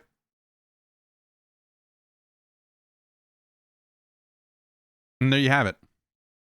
We'll drink one of these Amazon drinks next week and see how that goes, I guess. Let's see. I mean, I guess we could play some video games. I don't know.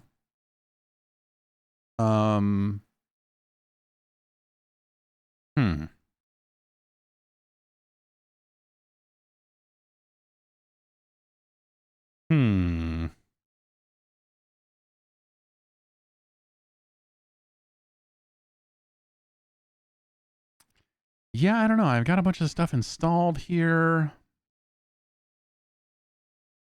None of it's really jumping out at me all that much.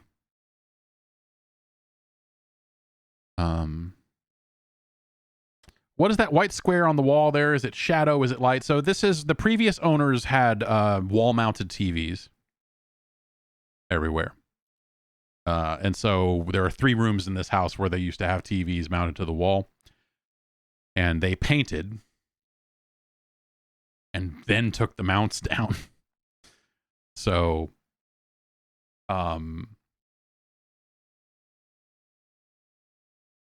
so yeah, we're left with these weird, these weird spots on a couple of the walls.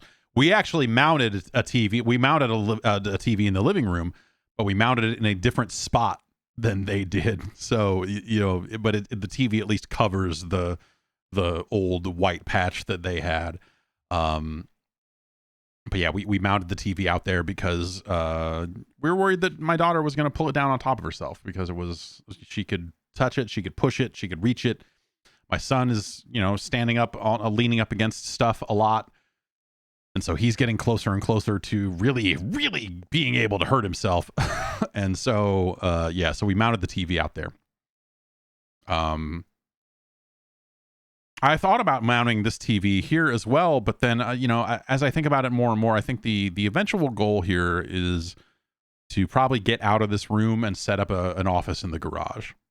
But there's a lot of work that has to happen in the garage before that can happen. So, you know, it's gonna take a while for that to happen.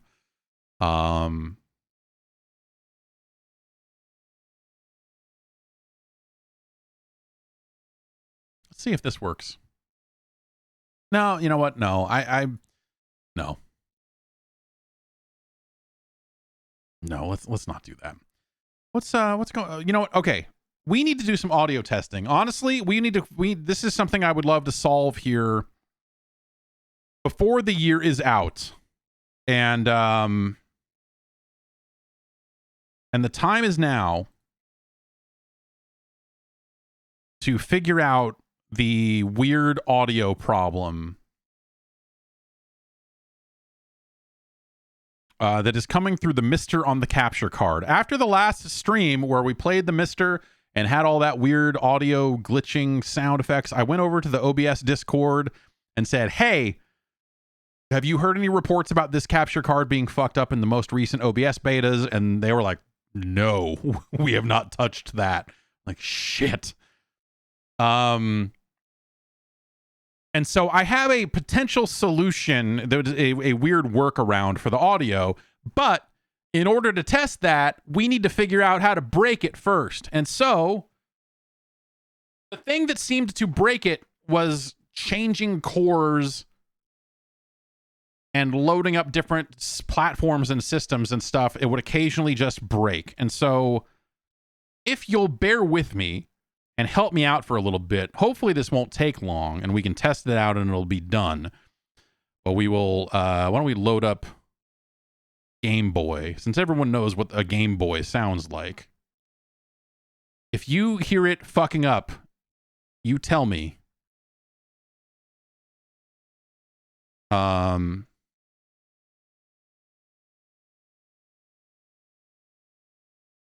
Let's see, what should we play on the Game Boy?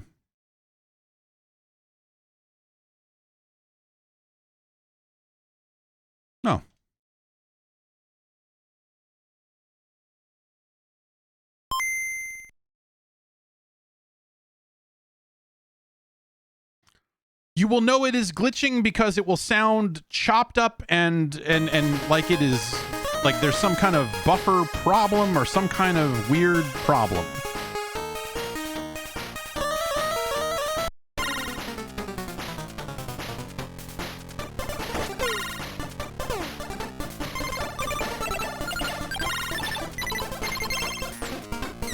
Sounds fine, but we don't want fine. We want it to break.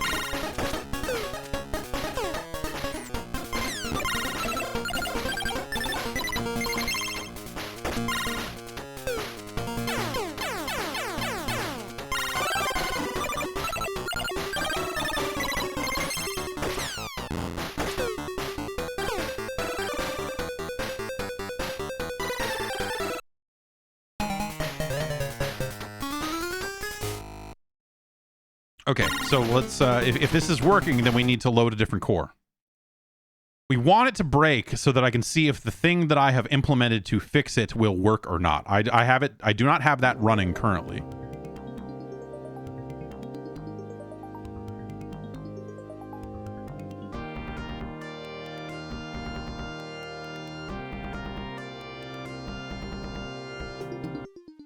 Watch, now it's just never going to break. And it'll take another month or something for it to break again.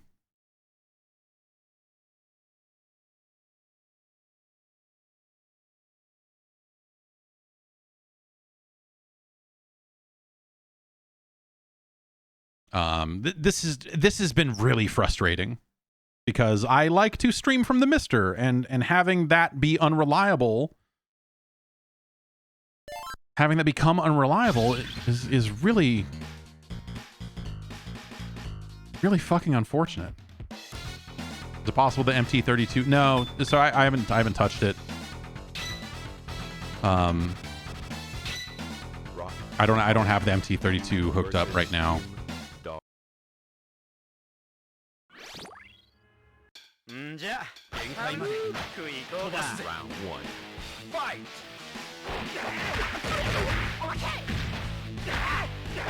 I have always found the AI in this game to be a pain in the ass.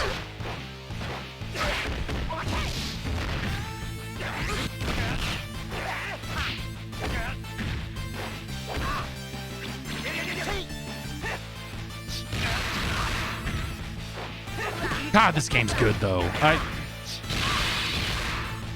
Look at Rock Howard's fucking jacket when he does that move. Round two. Fight!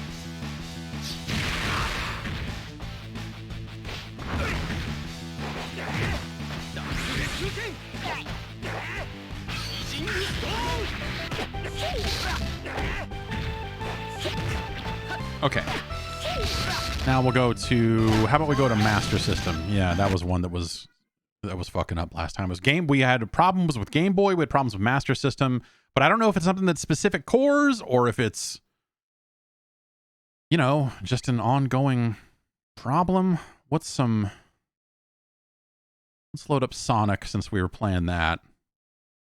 So after that last stream where the problem was happening, after talking to some of the folks on the OBS Discord, and I suddenly was like, I spent hours with this game running on it, trying to find the problem.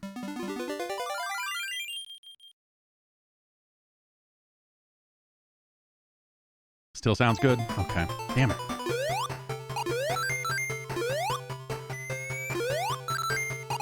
Because I really haven't changed much on my end. I uninstalled and reinstalled OBS, which I had tried that before and that didn't help.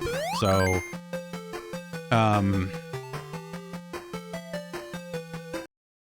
let's try the old Commodore 64. Now the Commodore 64 here, this should be running at 50 hertz.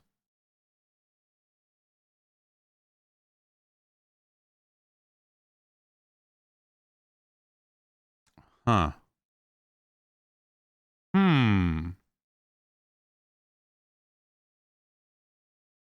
I'm going to try this. I can't hear it at all right now. So you're going to have to tell me. But we're going to try to load something up here.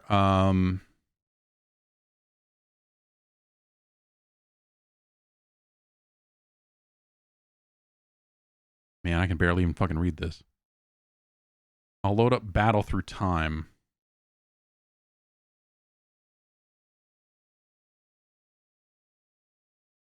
You know what? I should load up Commando because I think more people know what Commando on the Commodore 64 sounds like.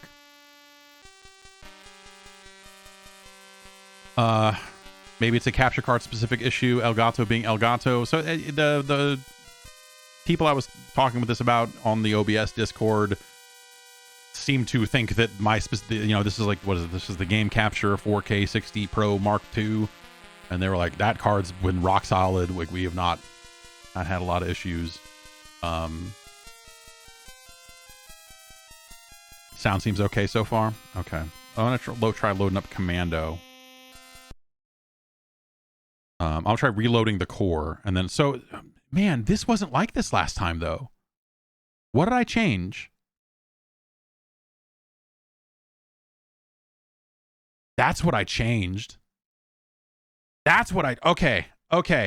I've got an idea. So I reformat, I recently, as a part of trying to figure this out, I went through the MiSTer configuration. And since I did that, cores that are running at 50 hertz don't display on this monitor. This monitor cannot do 50 fucking hertz for whatever reason. And so if I'm running a PAL core like the Commodore 64 or the Amiga, I guess, then it tries to run at 50. But we were playing Commodore 64 games on this monitor last time we did this. So the MiSTer must have been configured to spit out 60 hertz even when it was getting a PAL signal. And we had this problem mostly with the Spectrum and with the Commodore. So is it me running PAL cores on a 60 hertz display? Is that what? That's got to be it. That's fucking got to be it. Because when I went in and fixed, well, I didn't fix it. I replaced the INI file and redid everything. And I don't think I don't feel like I changed any settings, but I must have, because now when I do load up a core that runs at 50 hertz, it doesn't display on this monitor anymore, and it totally fucking was. Okay, so we want to find our mode line for video. Wait.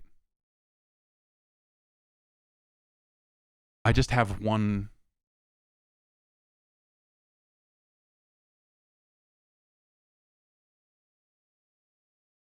Okay, we're going to search for the word PAL with an underscore before it, because I think that's there it is. Oh, I have it commented out. Wait, so what the fuck is... That makes even less sense, because...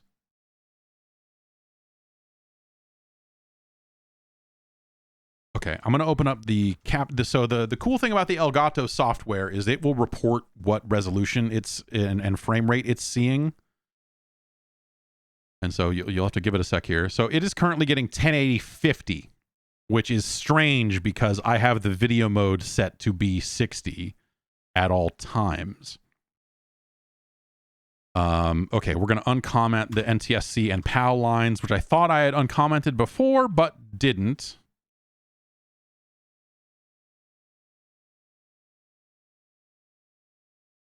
That's fucking weird. Okay, and then we are going to hard reset the MiSTer.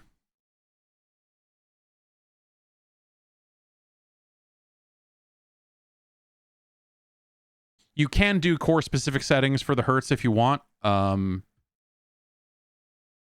I could run the Commodore 64 at 60 hertz if I wanted to. I could run it like it was an NTSC machine. But considering most of these games were originally programmed with PAL in mind, man, okay, all right, okay. So you'd assume be under utility. You'd assume wrong, because this is just an input test and a memory tester and stuff like that. There's not a lot of configuration you can do from here. It's an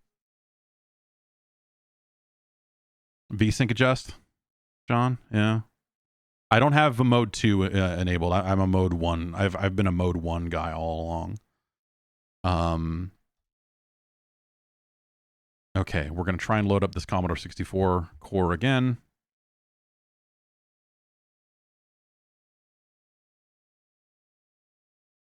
Okay, this is 1080-50 again. I'm going to change the monitor back over. And now we see it. Now I see it here. That's fucking weird. Because this is the resolution it was running at before, but it would not display on this monitor. And so it's changed. There's something in the lines in the INI file around the PAL video setting stuff that seem to imply that it is changing the pixel clock, which would be... Okay. Now,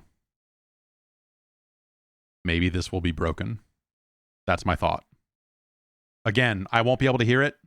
You're going to have to tell me.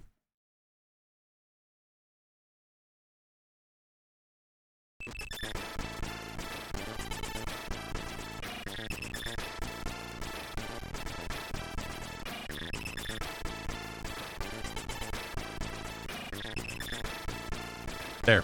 So it...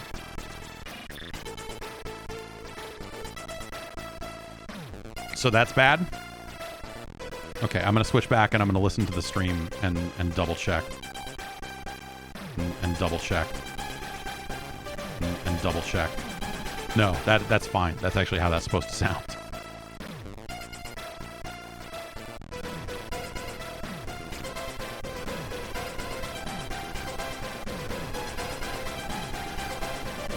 So that's not broken.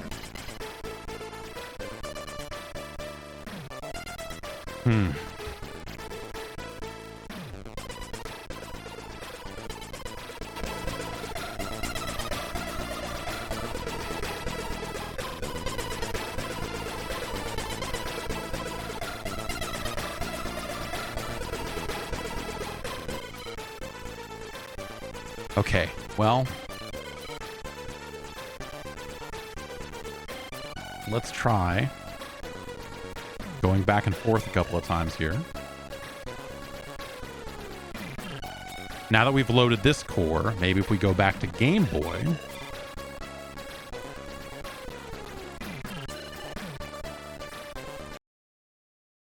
Because I seem to remember the Game Boy core had bad audio at least once.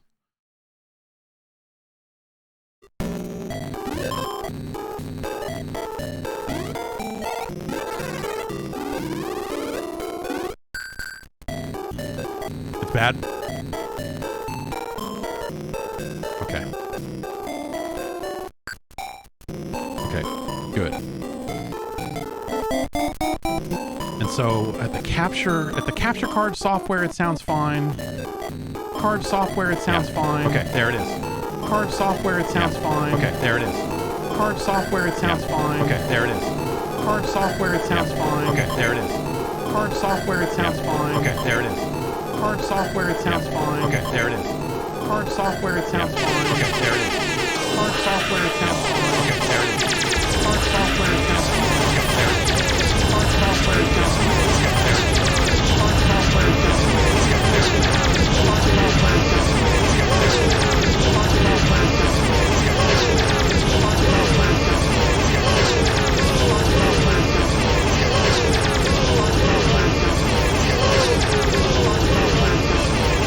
Woo! Post Malone. Woo, woo, woo, woo.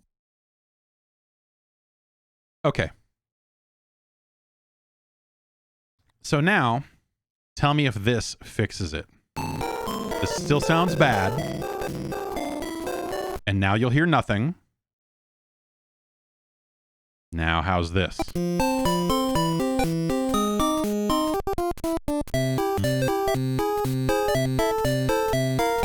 Okay.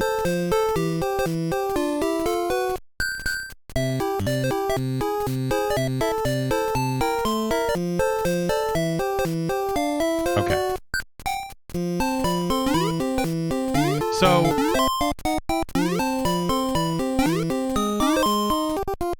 this was a suggestion from someone on the on the OBS Discord as a potential workaround. And it does work.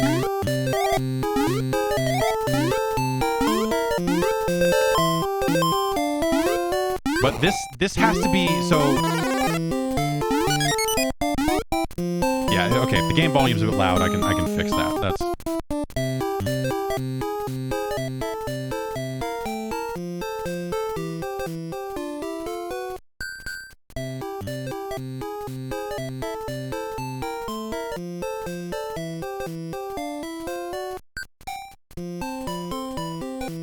Is the sample rate mismatch? No, because the MiSTer spits out 48. Everything end to end I've got here is 48 at this point. Like I'm not using 44.1 anywhere. So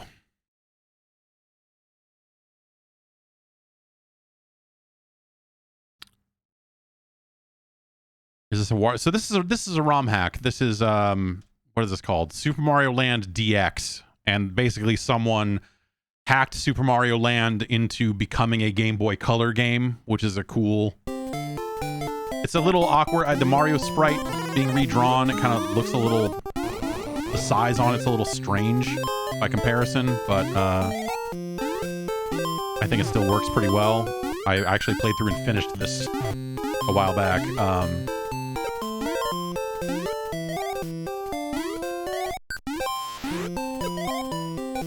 But this kind of has to be an OBS problem. Because I don't hear it. I don't hear it here on the capture card pass-through. It sounds fine. When I load up the capture card software and play the audio there. Oh, there's one more thing I need to try. This is probably going to sound really fucking crazy for you. And so apologies in advance. We're going to switch back to the broken stuff. So you make sure, tell me that this sounds broken.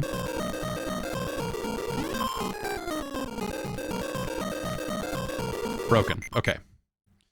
Now I'm going to mirror that so I can hear it. I'm going to, OBS has a setting where I can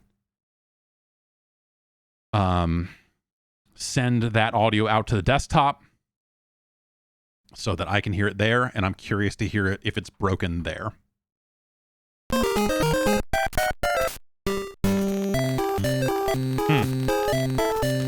Yeah, okay, so I hear it now.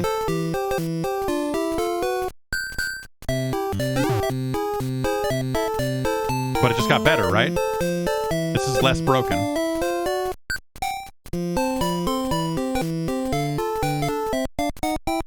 Oh, so you know what it's doing? It's no longer outputting to that same audio.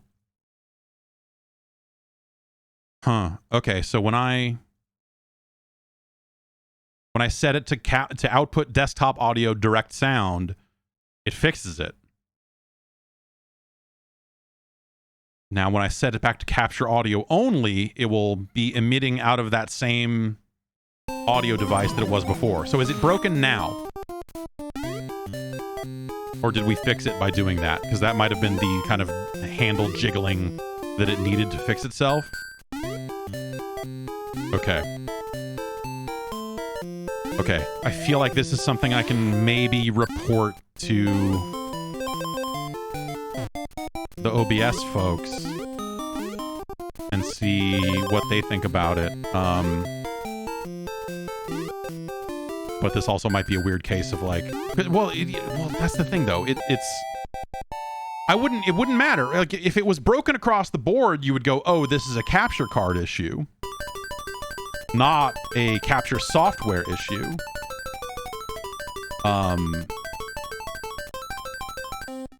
But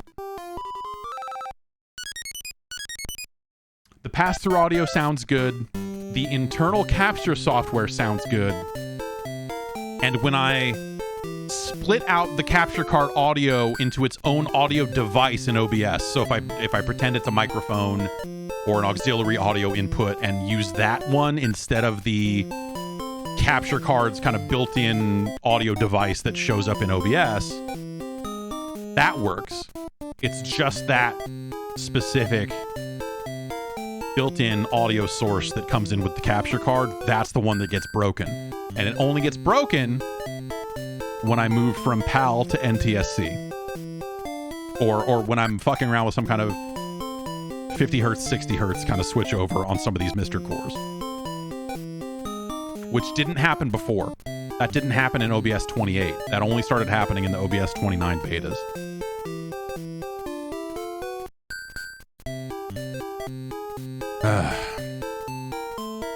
Okay. Well, I at least think I have figured it out. We're gonna mute that source and switch back to the source that we know works. So at least we have a workaround. And then I can switch back over here. Yeah, the capture card audio device. So the thing that my log reported was like some kind of max audio buffer issue. And so something about the switch over from 50 hertz to 60 hertz or back. I don't know. We'd have to experiment more with that to figure out exactly how frequently it happens. Something about that fucks up the audio buffer. And so the minute we either deactivate the card, reactivate it in OBS, or change this audio source around or something like that, then it reinitializes and everything's fine on the other side of that. So, okay, I'm glad to at least feel like I know a little bit more about this problem now, because when I was reporting it last week, I was like, you know.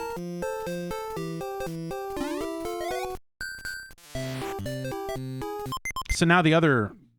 Oh, man. Like, if we really want to track this down, the other thing I changed was this. But I changed this and was still running OBS 28 for a while, but I didn't do any MiSTer streams for a while either.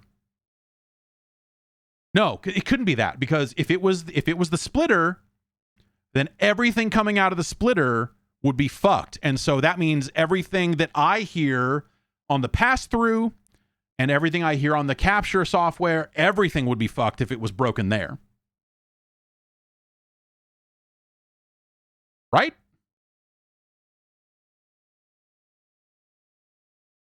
Right?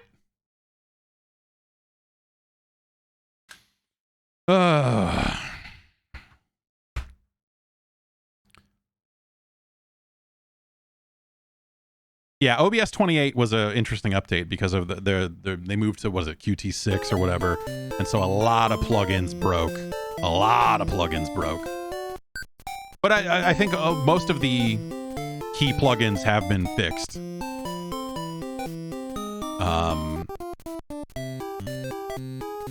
One way or the other. OBS NDI was kind of like the last one, and that got updated a while ago.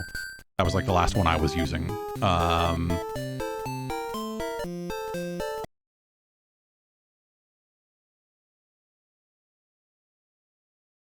Okay.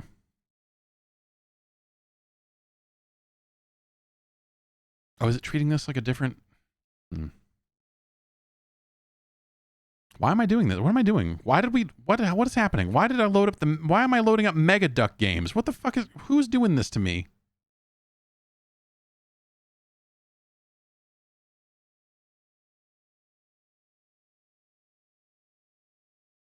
Also, this is not...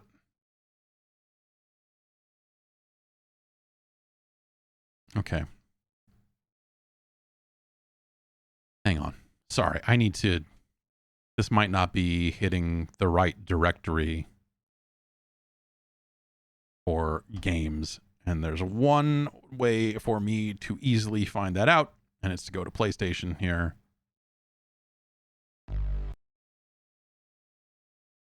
No, that's the right... It is hitting the right server for the games.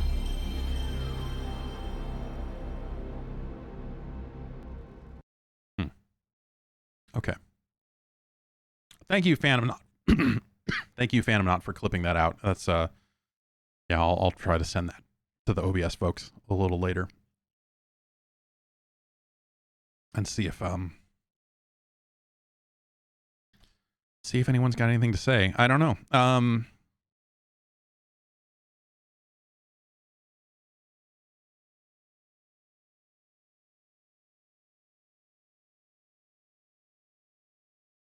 Okay, no, I guess that is all the Mega Duck games. I was just crazy.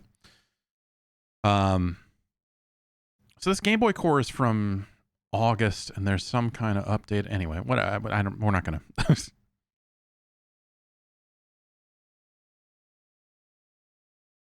But I think there is a no. That's not there. Oh, weird. Sorry. What else can we play? I don't know. We got some. You guys like Batman? You guys like the Caped Crusader? Yeah, that you're right, John. That splitter should not be touching the audio at all. It should be pretty much passing it through. I'm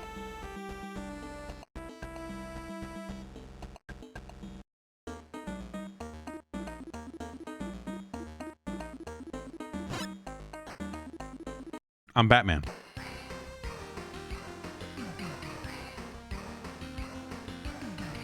Yeah, I guess, like, let me know if you think the game audio is too low. Like, I kind of have to reassess. I have it matched to the other audio source in terms of moving bars, and it should be okay, but...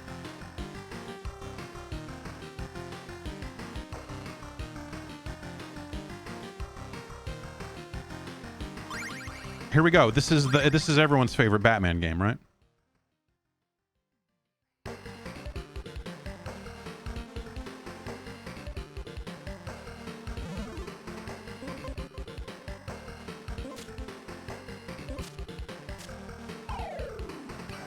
Gave those guys the business. We're gonna pick up these boots. Now look at how much faster we're moving. These batarangs not flying real far though. That's a little better.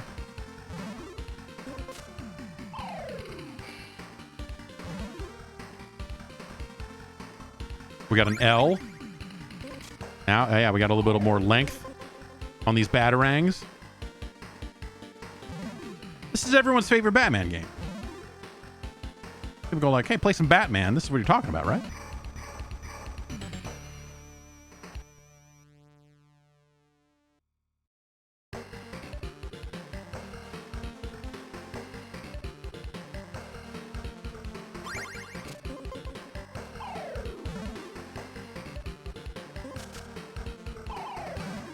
Now we can throw multiple batarangs. Give these clowns the business. We'll get another L. We got a bomb, and all those guys are they're just dead. I'm sorry, Batman. They didn't make it. I know you didn't want to kill them, but they're dead now.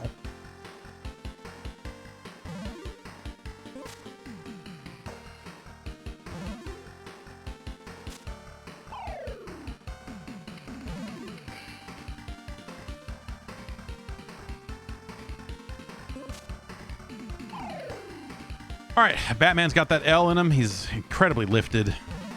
He's ready to run around at high speeds and pick up whatever these are.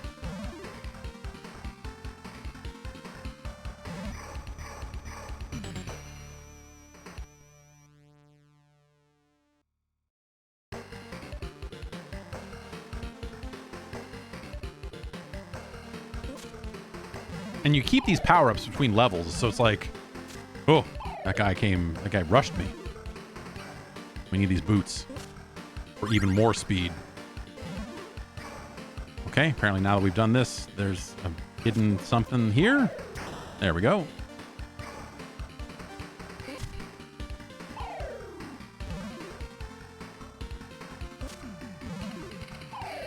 I feel like of the Batman games of like the 8 and 16-bit era, this one, I don't know that I missed the boots. I got them in the wrong order. We could have got more boots. I don't know that I've ever seen anyone talk about this game. Another L for Batman.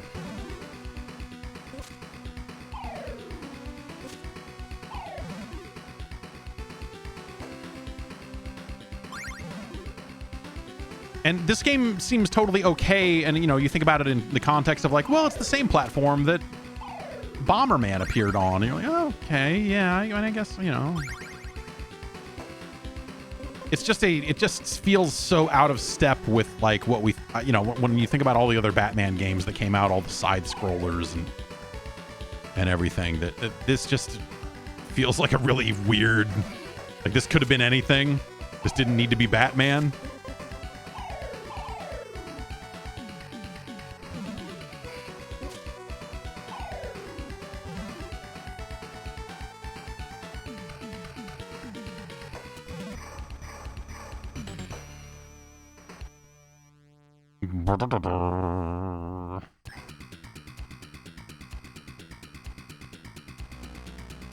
Like even the music is not, you know, like I'm not getting extreme Batman vibes off. I guess a little bit. I guess some of the melody is, but like that sick fucking bass, hot slap bass. When I think Batman, I think slap bass.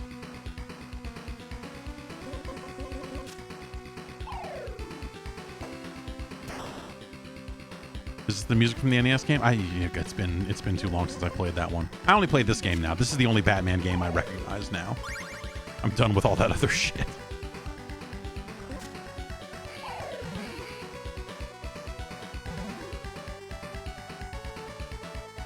Yeah, this is the same as the first stage music. Oh, interesting.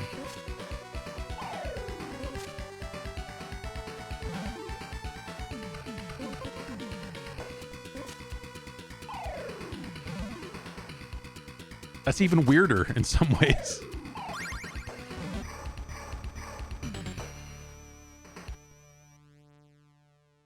Why is my score going up constantly at such an alarming rate? It's because I'm Batman.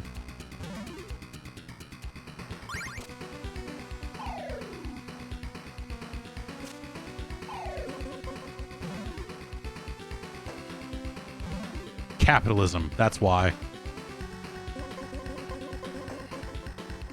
Billionaire playboy Bruce Wayne.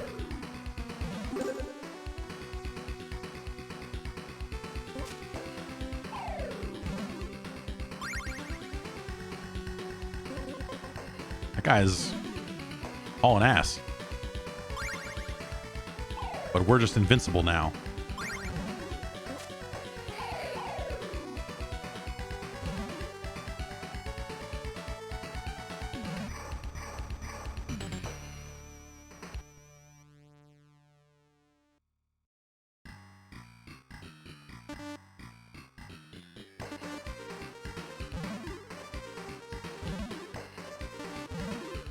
I'll have to load up that NES game after this. Now I'm curious. Oh man, Batman's worst enemy, busy city streets. Can Batman look both ways?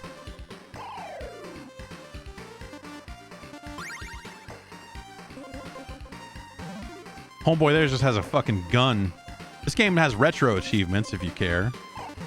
Hey, so we did some Pitfall 2. Obviously. On Wednesday, and after that I went and oh no, get out of the way, Batman. I went and played the 2600 version again because it has retro achievements, and finished that game. I didn't get all of them because there's one for like getting all the gold, but that led to me watching a video of someone getting all the gold and going, huh, that seems incredibly doable. That seems like something you could absolutely do. And now there's a part of me that wants to get all the retro achievements in Pitfall 2. I feel like I feel a need of like, I gotta get that out of my system.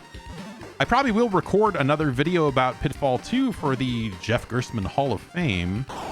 But now that I've played through the entire thing on another stream, that'll probably just be like an addendum to another video. Like, hey, by the way, we're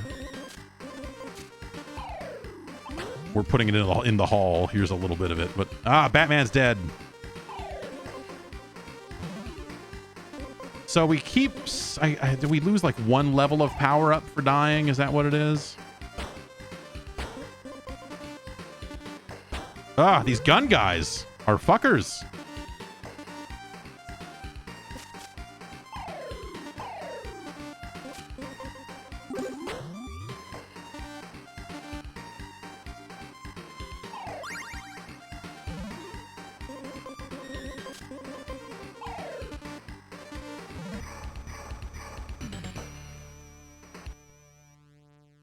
This game's the prequel to Gotham Knights.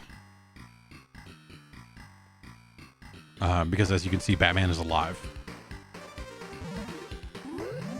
Oh man, that guy was one of the fast ones. And anyway, that's Batman. Let's load up this NES version real quick and hear the music, because now I just don't remember that game all that well.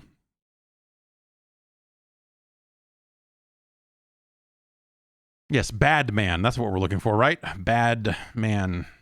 News baseball. Batman, the video game.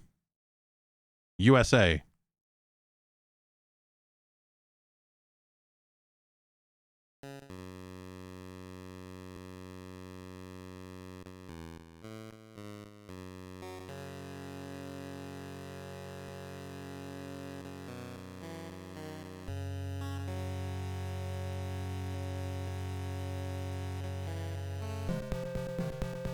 Right. This game.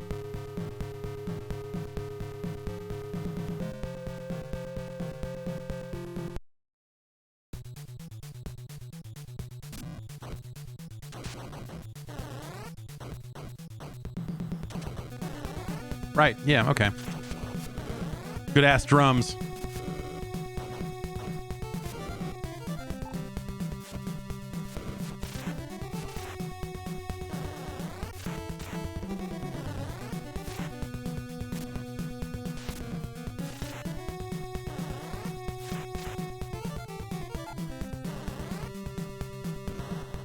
I do like that one of Batman's weapons here is just a frickin' gun that shoots rockets.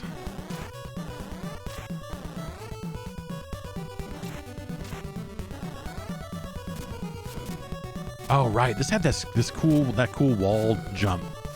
It's a little funky, but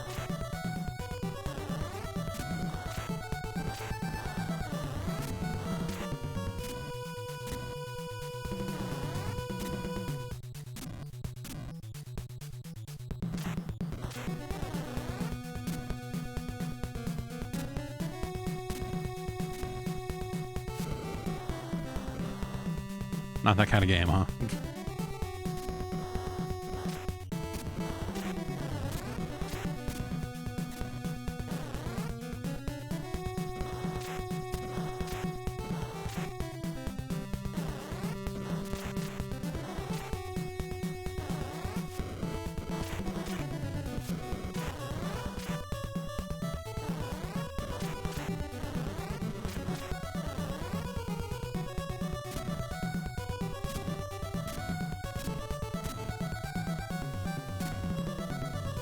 The weird when you jump there's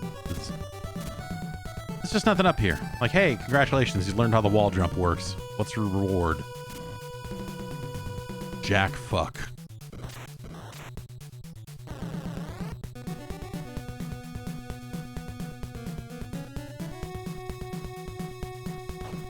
Oh, we switched back to fists, huh?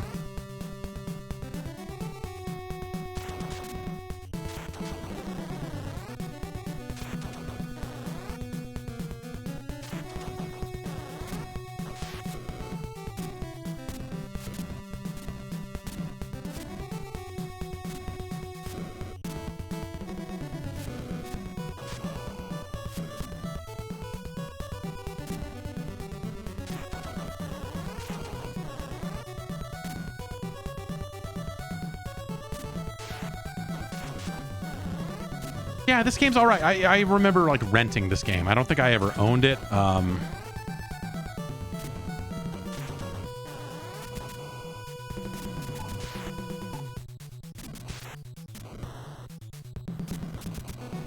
Fuck this guy. We all agree.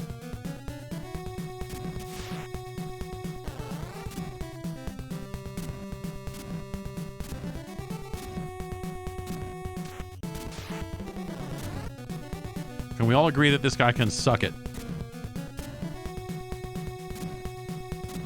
And by this guy, I mean Batman.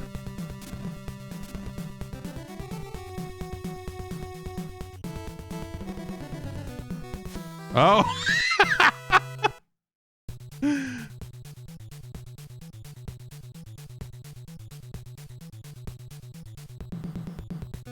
All right. That's Batman.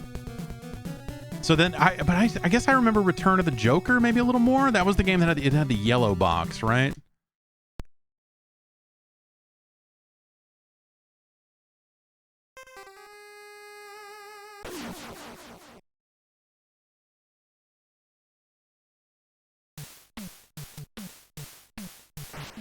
Oh no, you know what? I remember the box for this, but I don't remember this game at all.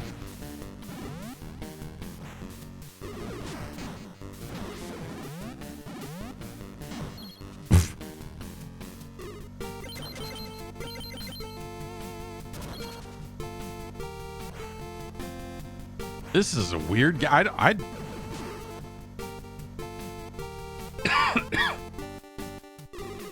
I don't remember this game at all. I may have never played this game before. I may have never even seen this game before. Because I thought the yellow box Batman game was the one we were just playing. But I guess not. Well, weird.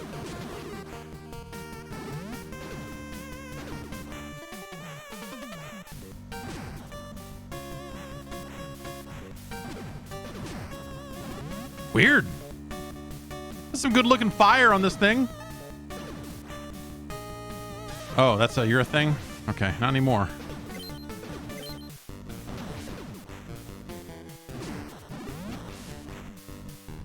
What am I picking up here? I picked up some C. Oh no, an evil blimp.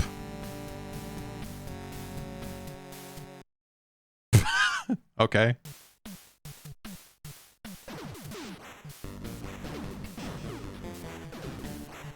Okay, apparently we cannot attack the blimp currently.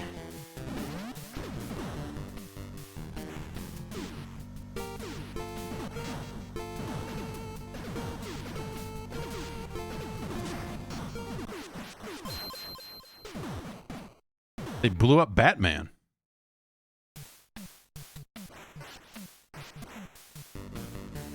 Yeah, I just super don't remember this game.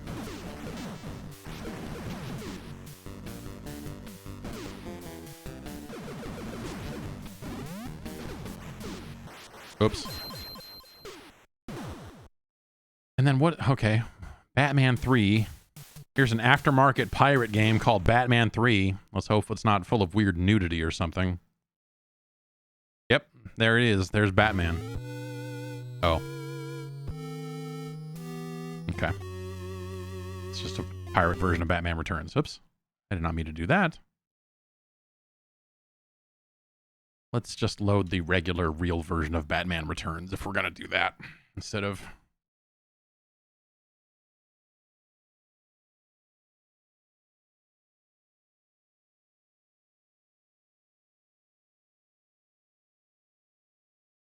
Yo, Konami.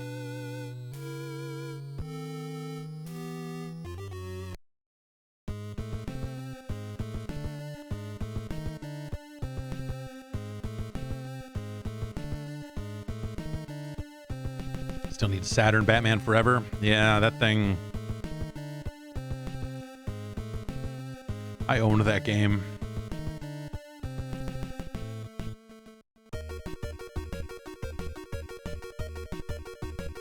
Suddenly.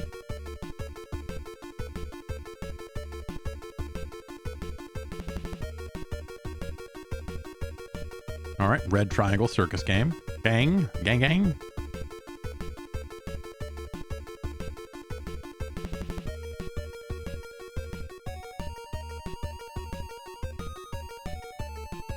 That Batman Forever game that Acclaim made is not a good game. It's not a good beat 'em up, but I do remember that you could just basically do a quarter circle and hit a button over and over again with Robin to make him do flip kicks forever. And I remember playing through the entire game that way. The bat signal blazes because Batman collected all those L's.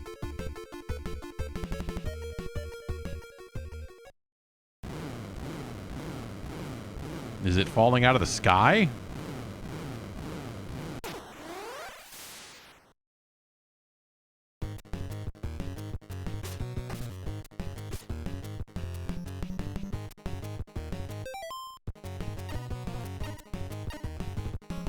No use.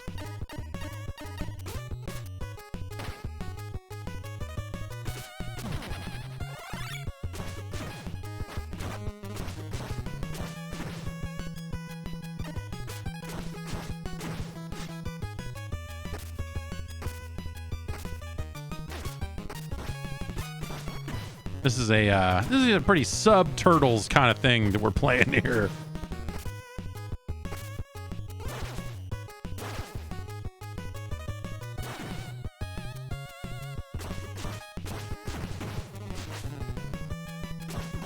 That's weird. This is another game that I honestly had no idea that this existed. A Konami-made Batman beat 'em up on the NES. Like, what? Really?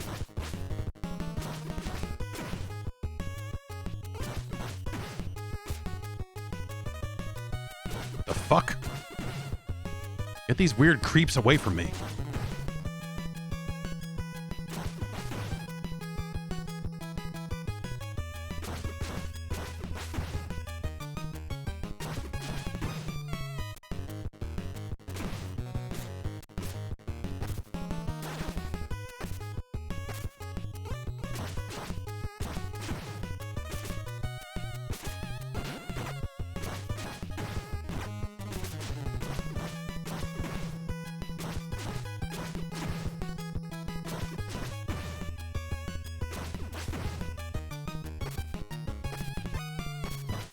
Guy's just like, we run way faster than those other guys. We are also dicks with the jump kicks.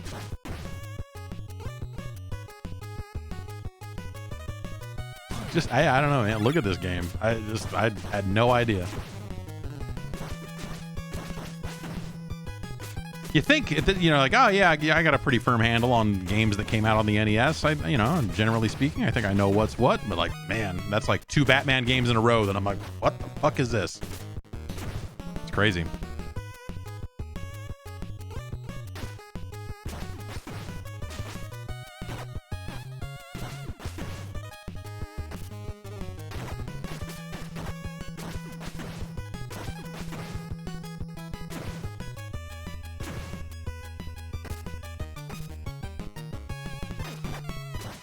Gotham skating rink.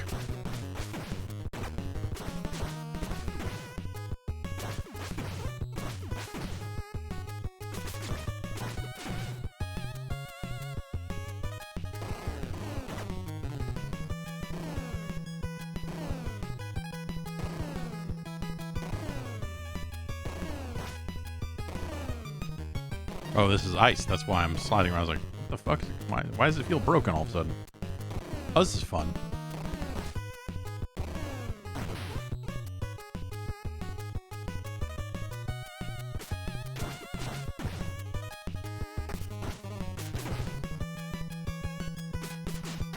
That's a neat idea, though. Hey, you had a fight on the ice. Like, you didn't see Cody and Hagar or Dirk doing that. Dirk? That was his name, right?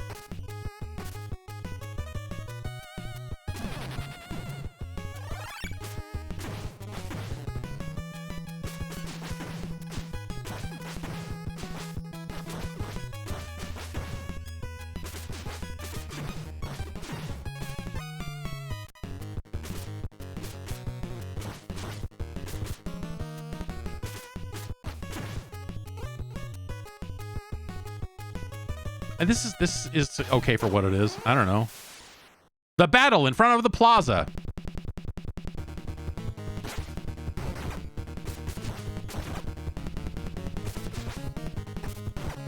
The fuck? All right, yeah, no, I get it, but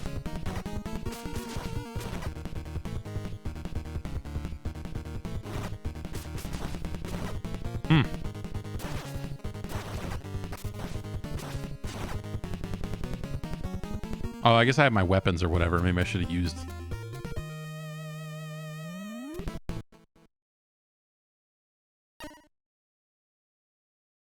Maybe I should have used that. I don't know. Maybe not. Maybe we're better off now not playing Batman Returns. I did not really see. I think I eventually saw Batman Returns, but you know, I saw Batman in the theaters, and then everyone after that, I was like, I'm good, and I liked. I thought that Batman movie was good. Everyone bought that movie on VHS, whether they wanted it or not. You were required by law to buy a copy of Batman on VHS. Because it was like, hey, you can own a movie for once, and it's not $80 to buy the VHS tape. And you're like, really?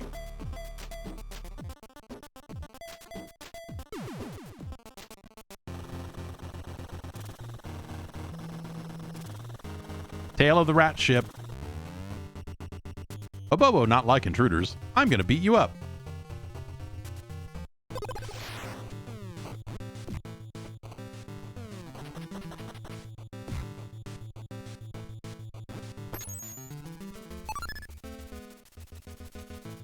I was about to say this game has no redeeming qualities, but he did just elbow drop that thing to get an extra life out of it, so at least there's that. But yuck. Yuck.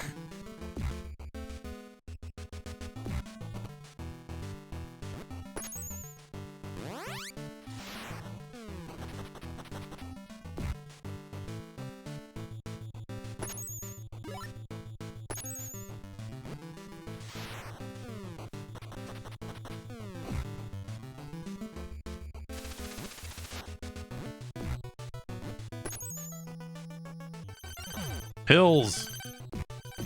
Yes, knee that fucking robot in the face. That robot gun thing. Yes, let's just...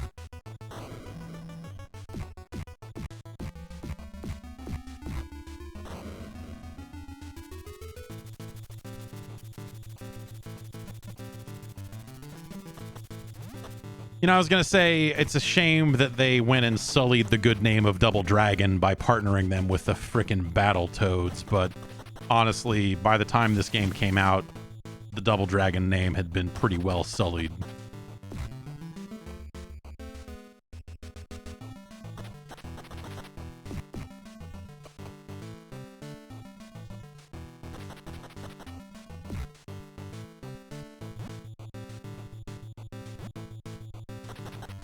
Yeah, there are two. Don't let the name Double Dragon 5 fool you. There are two good Double Dragon games.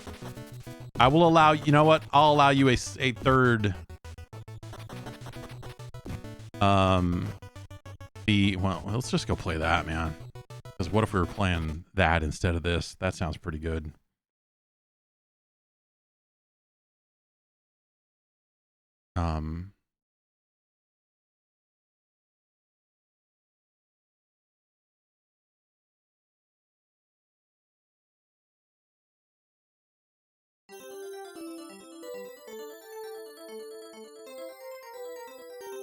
Am I remembering wrong?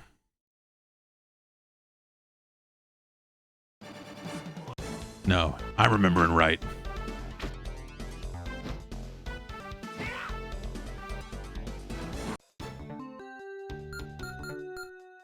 This game's okay. Billy versus Jimmy. Jimmy. Billy versus Jimmy. Starting at the end here, Billy versus Jimmy.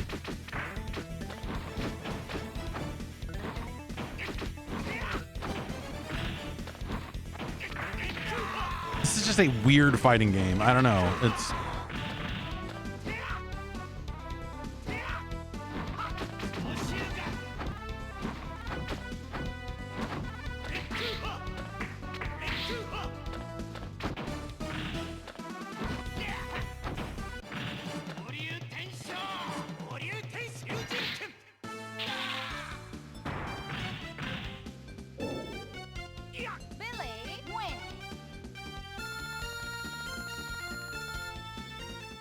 Yeah, this game's all right. Especially by comparison. When we think about that fucking shitty Double Dragon fighting game that came out, you know, for Jaguar and other 16-bit platforms, like this is way better than that. Yeah, Double Dragon 5 is a travesty of justice. This is a criminal act. I'm the main man. Billy versus Eddie.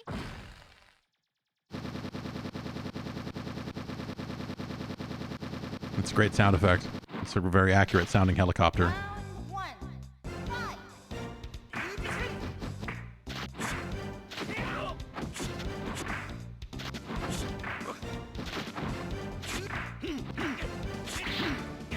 Whoa.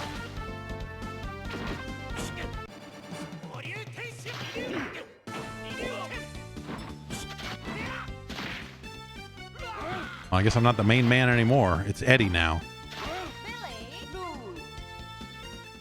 Round two. Fight.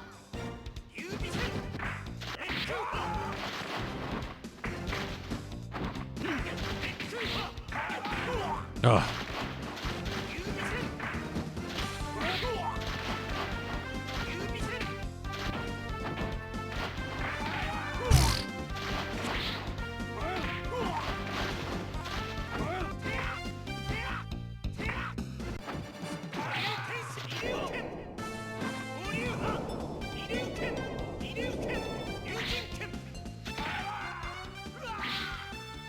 Well, I guess Eddie's the new protagonist of Double Dragon.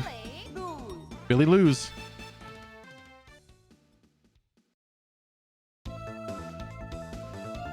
Look at this dude's fucking face.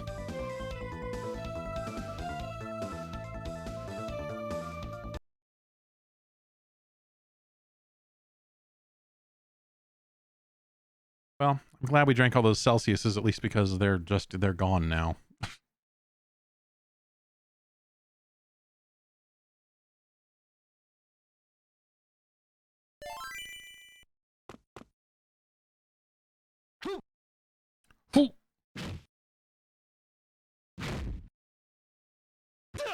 Oh.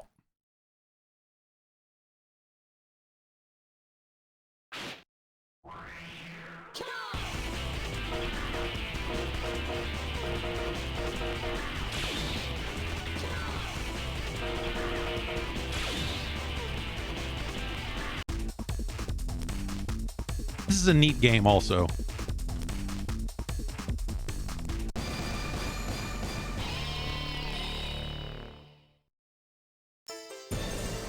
Okay, let's go.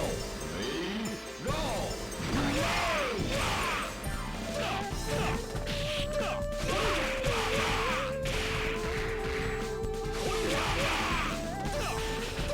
Oh my gosh, I'm getting fucked up.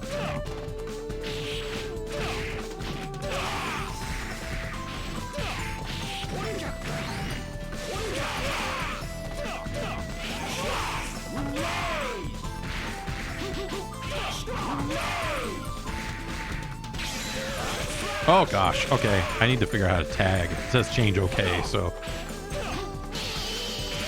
that's not it.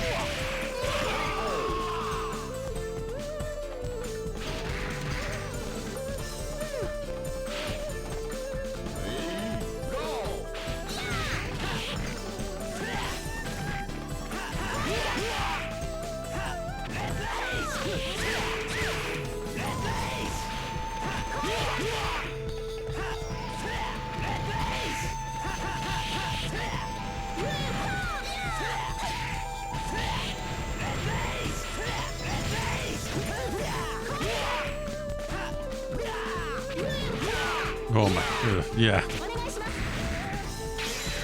Oh, yeah. He gave me the business. AI giving me the business here. Oh, that's right. I forgot it had this. Weird little auto combo-y. A, B, C, C.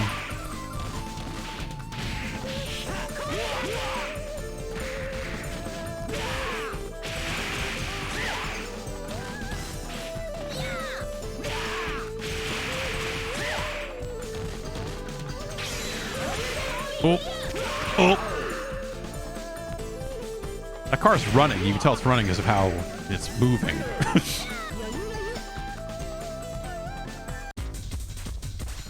This game is a really interesting. I'm not positive if I've played it much. I've definitely not played it very much against other humans.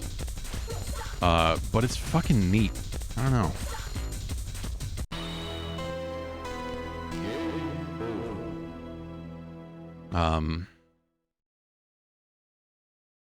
Did you know that there was a sequel? I don't know if we'll be able to play this because emulating in television is always strange. This is already going great. But did you know that there was an television exclusive sequel to Burger Time? I forgot about this. It's called Diner.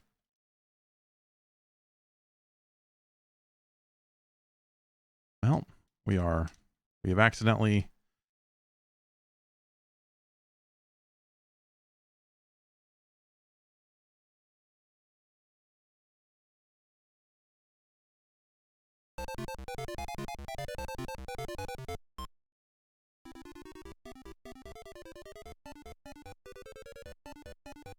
And if you listen to the audio, it's like they just listened to the Burger Time music and said, well,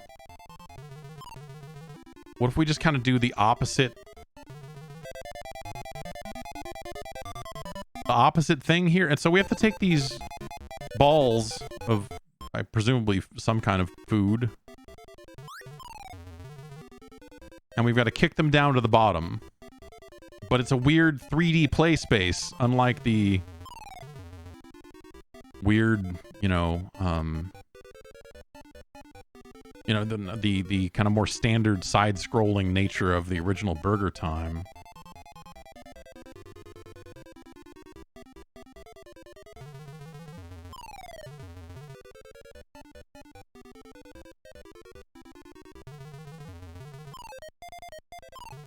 And so this is because there is a sequel to Burger Time. There are multiple sequels to Burger Time, but the first one that came out is it Peter Pepper's Ice Cream Parlor, I think is what that's called. And it's Ice Cream Factory. It's a bad game. But that is the true sequel to Burger Time, and it came out in arcades and everything. This is like a weird, if you look at the box art, I mean, obviously you look at the enemies, and this is Peter Pepper here. You know, we got Mr. Hot Dog, recognizable characters from the Burger Time universe.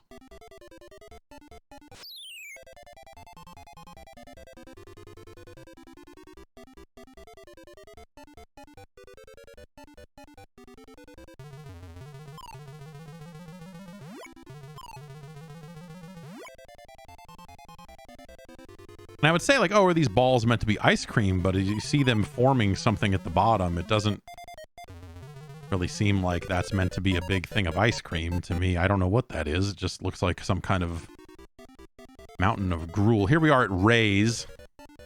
Peter Pepper seems to be having to, work all over town. Can't hold down a job. I assume that's because everywhere he goes, he brings trouble. Like the restaurant is just going fine, and then they're like, "Hey, Peter, look." And he's like, "Look, I know what you're about to say, and I know, I get it. I'll get my stuff. You can't have me working here because an army of evil hot dogs chases me wherever I go. I understand." Now, I should sue. This should be like a case of me suing you for wrongful termination, but honestly, I get it.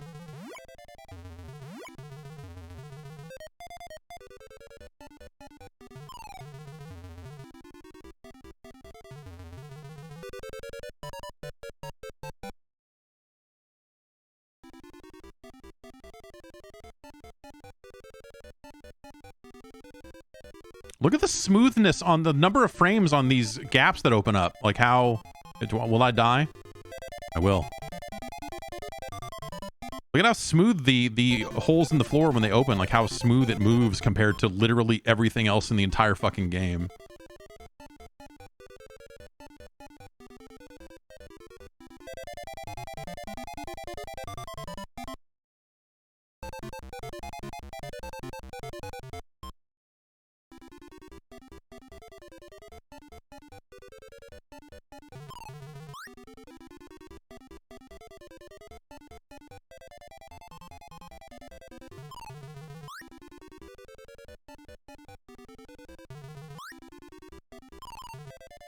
Kill them all.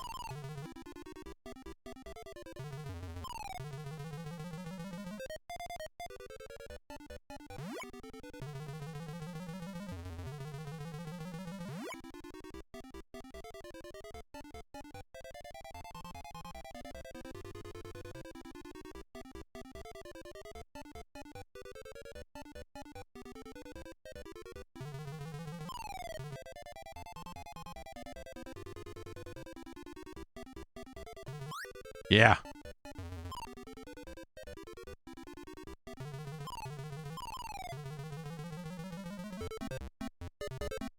Bonus. Oh God. Oh no.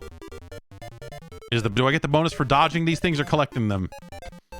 That one's glowing in a way that makes me think I should try to collect it. I was wrong.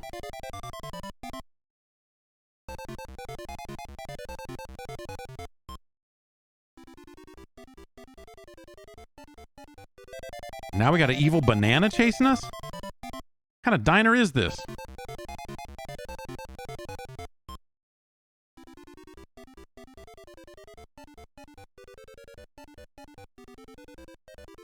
Come on, you fuckers. Hey, Banana Man. Oh, I kicked it the wrong way. Oh, I was trying to hit the pepper button. I was trying to pepper him. Trying to give him the pepper.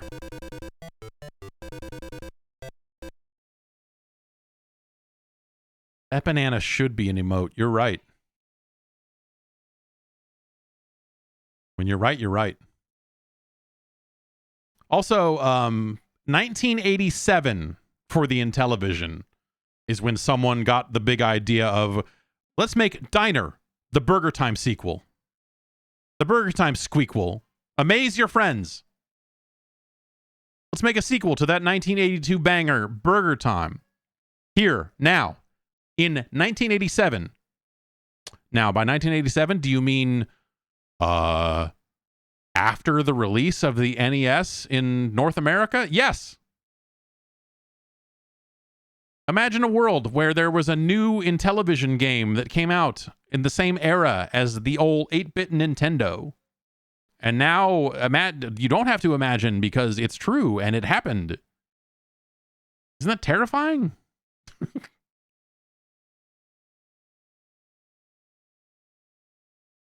Soda Jerk, Sound Man.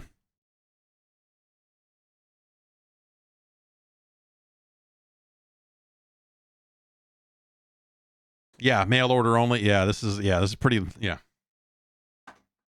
Hard to imagine a lot of retailers going, yes, send us your Intellivision games. We're happy to stock them on our shelves. I mean, the weird thing is that there's already a sequel to Burger Time. Again, we'll load MAME back up here before we go and play a couple of minutes of this. But only a couple of minutes because honestly, it's just a...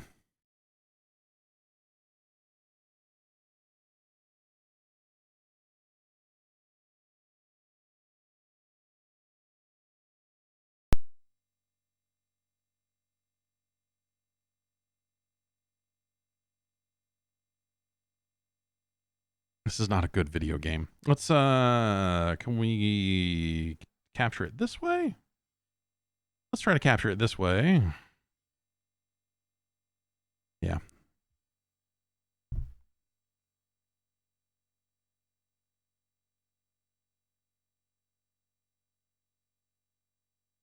We can speed this up. Oh, wait, that's just something weird. Okay. Emulate faster. So these games loaded off cassettes in arcades. So every time you turned the machine on, you would have to let them warm up by letting them load the game. The old Deco cassette system, which a lot of these Data East Corporation, I think Deco is what that means.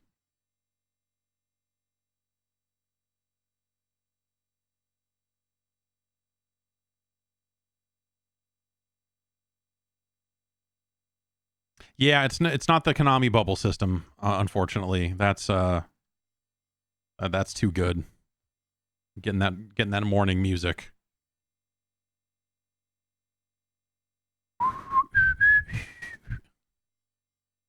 Yeah.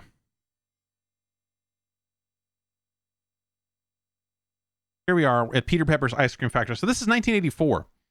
So now imagine, like, years after this, they were like, "Oh yeah, we're gonna put out our sequel to." Oh, this is still humming, huh? Does MAME just emit a hum now?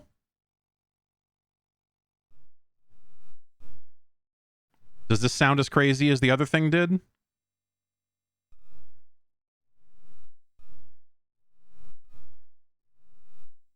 You don't hear a hum? Okay, well, I'm seeing a constant signal coming through on the sound meters here.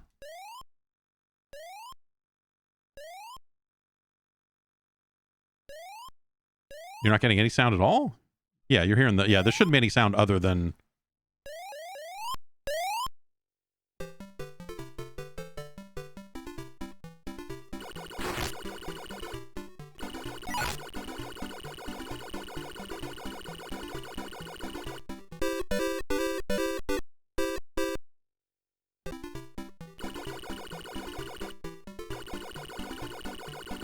Yeah, track mode has no music. What I was asking about is that I was seeing sound coming through. I was seeing levels at a static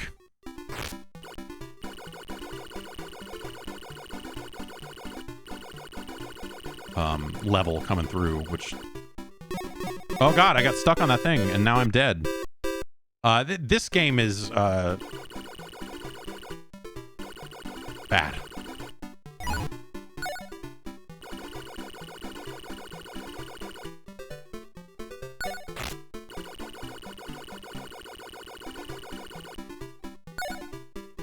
Look at this jump. He does do a sick flip off the wall there. That is... Well, now he's dead.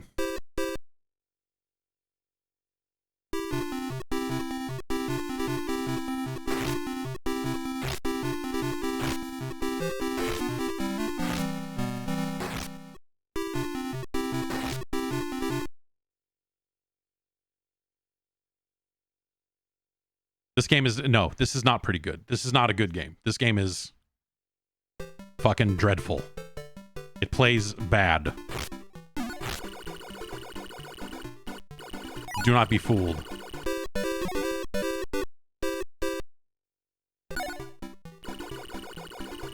This is in the pantheon of, like, great games that got terrible sequels, the way that, honestly, you know, that there are some bad Mr. Do games. I don't, you know, I don't say that lightly.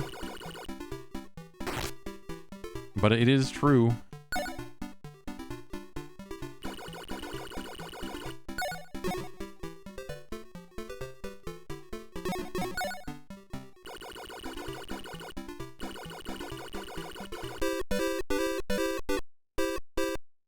They can't all be as good as Mr. Do's Castle. That's what I say.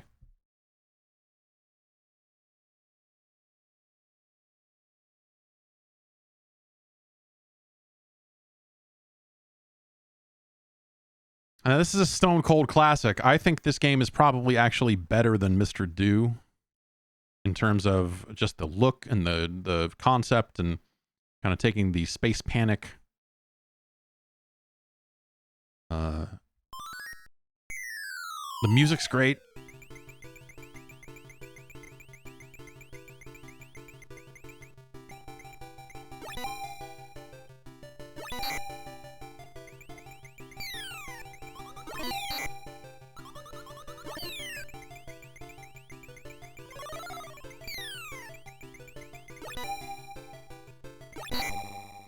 Now we're gonna get this third key, and then this one shit really jumps off.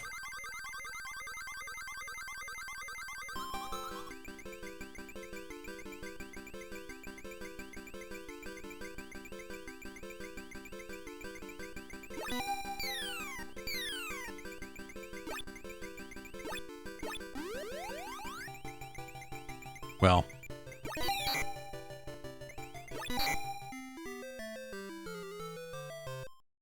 awesome music. I just think the sound effects are really great. When you're crushing dudes, that just. Oh, I screwed that up.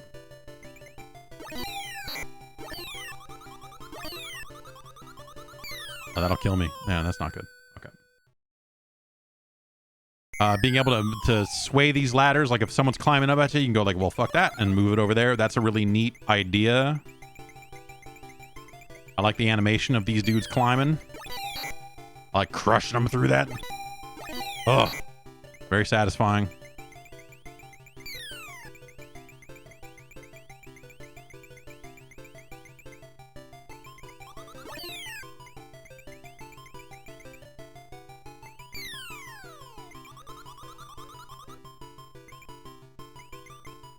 See if I can clobber him.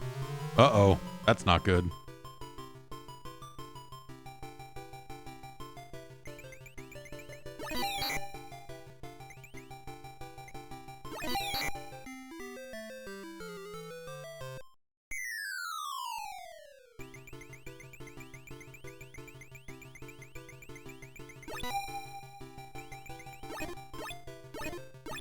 You can't just outright kill him with the hammer, but you can like back them off.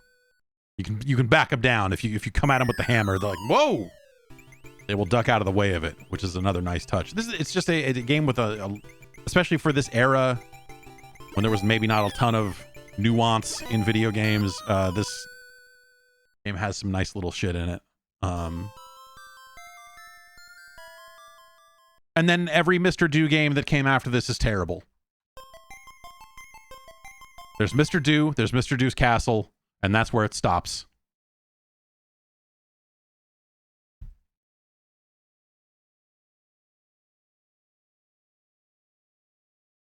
Because Mr. Do's Wild Ride and Do Run Run are fucking terrible video games. They're bad video games. They're bad video games. Well, today is new MAME day, so congratulations to the MAME team for another monthly release. That's pretty awesome. And check that out at, was it mamedev.org? And then you too can run your own number station now, thanks to the power of MAME. And gosh, what else? So we got a little, I think, we figured out some more about this weird audio glitch. We found a good workaround for it. It's not perfect, but it will do. But I probably, when I get some time, I will hop back into their Discord and say, hey, this problem I was talking about, I think I narrowed it down a little bit. I don't know if that's something that on their end that they can, because it's well, I don't know. It's a weird one. PAL, NTSC, 50 hertz, 60 hertz, audio buffering. So thanks for your help on that one. We at least, at a bare minimum, we figured out a workaround that is going to make the streams work. So at least there's that. But yeah, we'll let them know, see what they think about it. If it's anything that they think that is on their end and tackleable and so on. But yeah. We'll be back next year.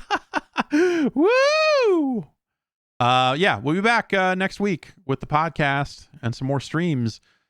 And yeah, we'll get rolling on this Game of the Year stuff. I've got some writing to do for that, of course. And gosh, what else? Man.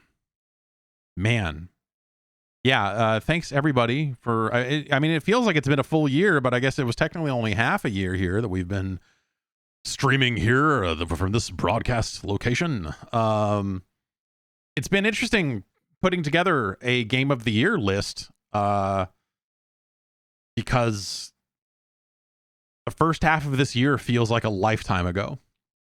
It feels like a zillion years ago. It feels like a totally different, like I had to dig back and remember, like, what games came out in the first half of this year. I was like, oh, right. Yeah. I mean, yeah, there's stuff. There's like Golf Gang. There's cool stuff that came out earlier in the year. so I had to refamiliarize myself with some of those games. And gosh, yeah. Thanks everyone for hanging out. Honestly, yeah. You know, whether you're on the Patreon or not, just you know, consuming the podcast and getting those numbers up, and you know, we're doing it. We're making it happen. And I look forward to, well, whatever, you know, I was gonna say I look forward to next year, but like, you know, that's days away. You know, we'll be back with the podcast. It's regular stuff. We'll be back. We'll talk about game of the year. We'll make shit happen. And yeah, thanks everyone for sticking by me through a weird time. And through the, you know, yeah, you know, there's how I feel now in December compared to how I felt in June. There's still some stuff there that I'm like, but yeah, I don't know. Also, that was a long fucking time ago. It was only 6 months, but man, it feels like a long fucking time ago. So, head over to Patreon if you want. That's enjoyyourgaming.com, dopeassvideogames.com. Maybe one day I'll register some domains that I can point there that'll be there, and that I know will always be there. Some other folks registered those other domains. But yeah, patreon.com/Jeff Gerstmann. It's there in the chat if you want to click on that. Thanks to Lilo124 and Dunkachino and Pixel Dreams Text and Poppetry for the subscriptions over here on Twitch. Every little bit keeps the train rolling, I suppose, is the thing there. So yeah, it's awesome.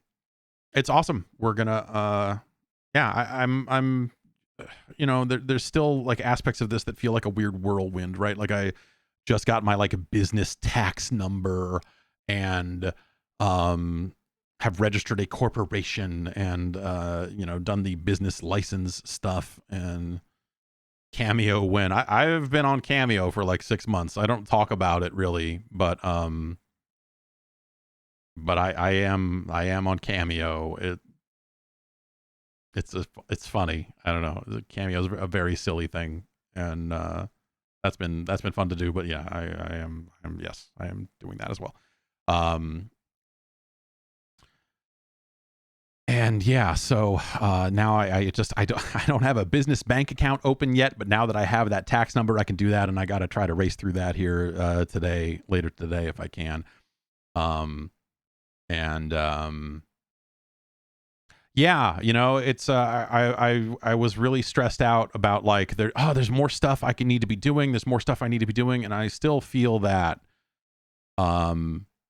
because, you know, I want to make some t-shirts. I want to do some coffee cups, some silly shit like that. But I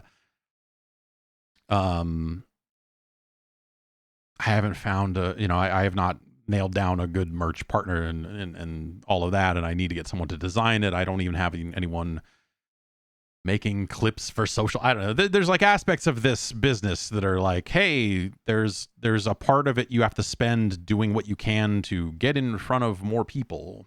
You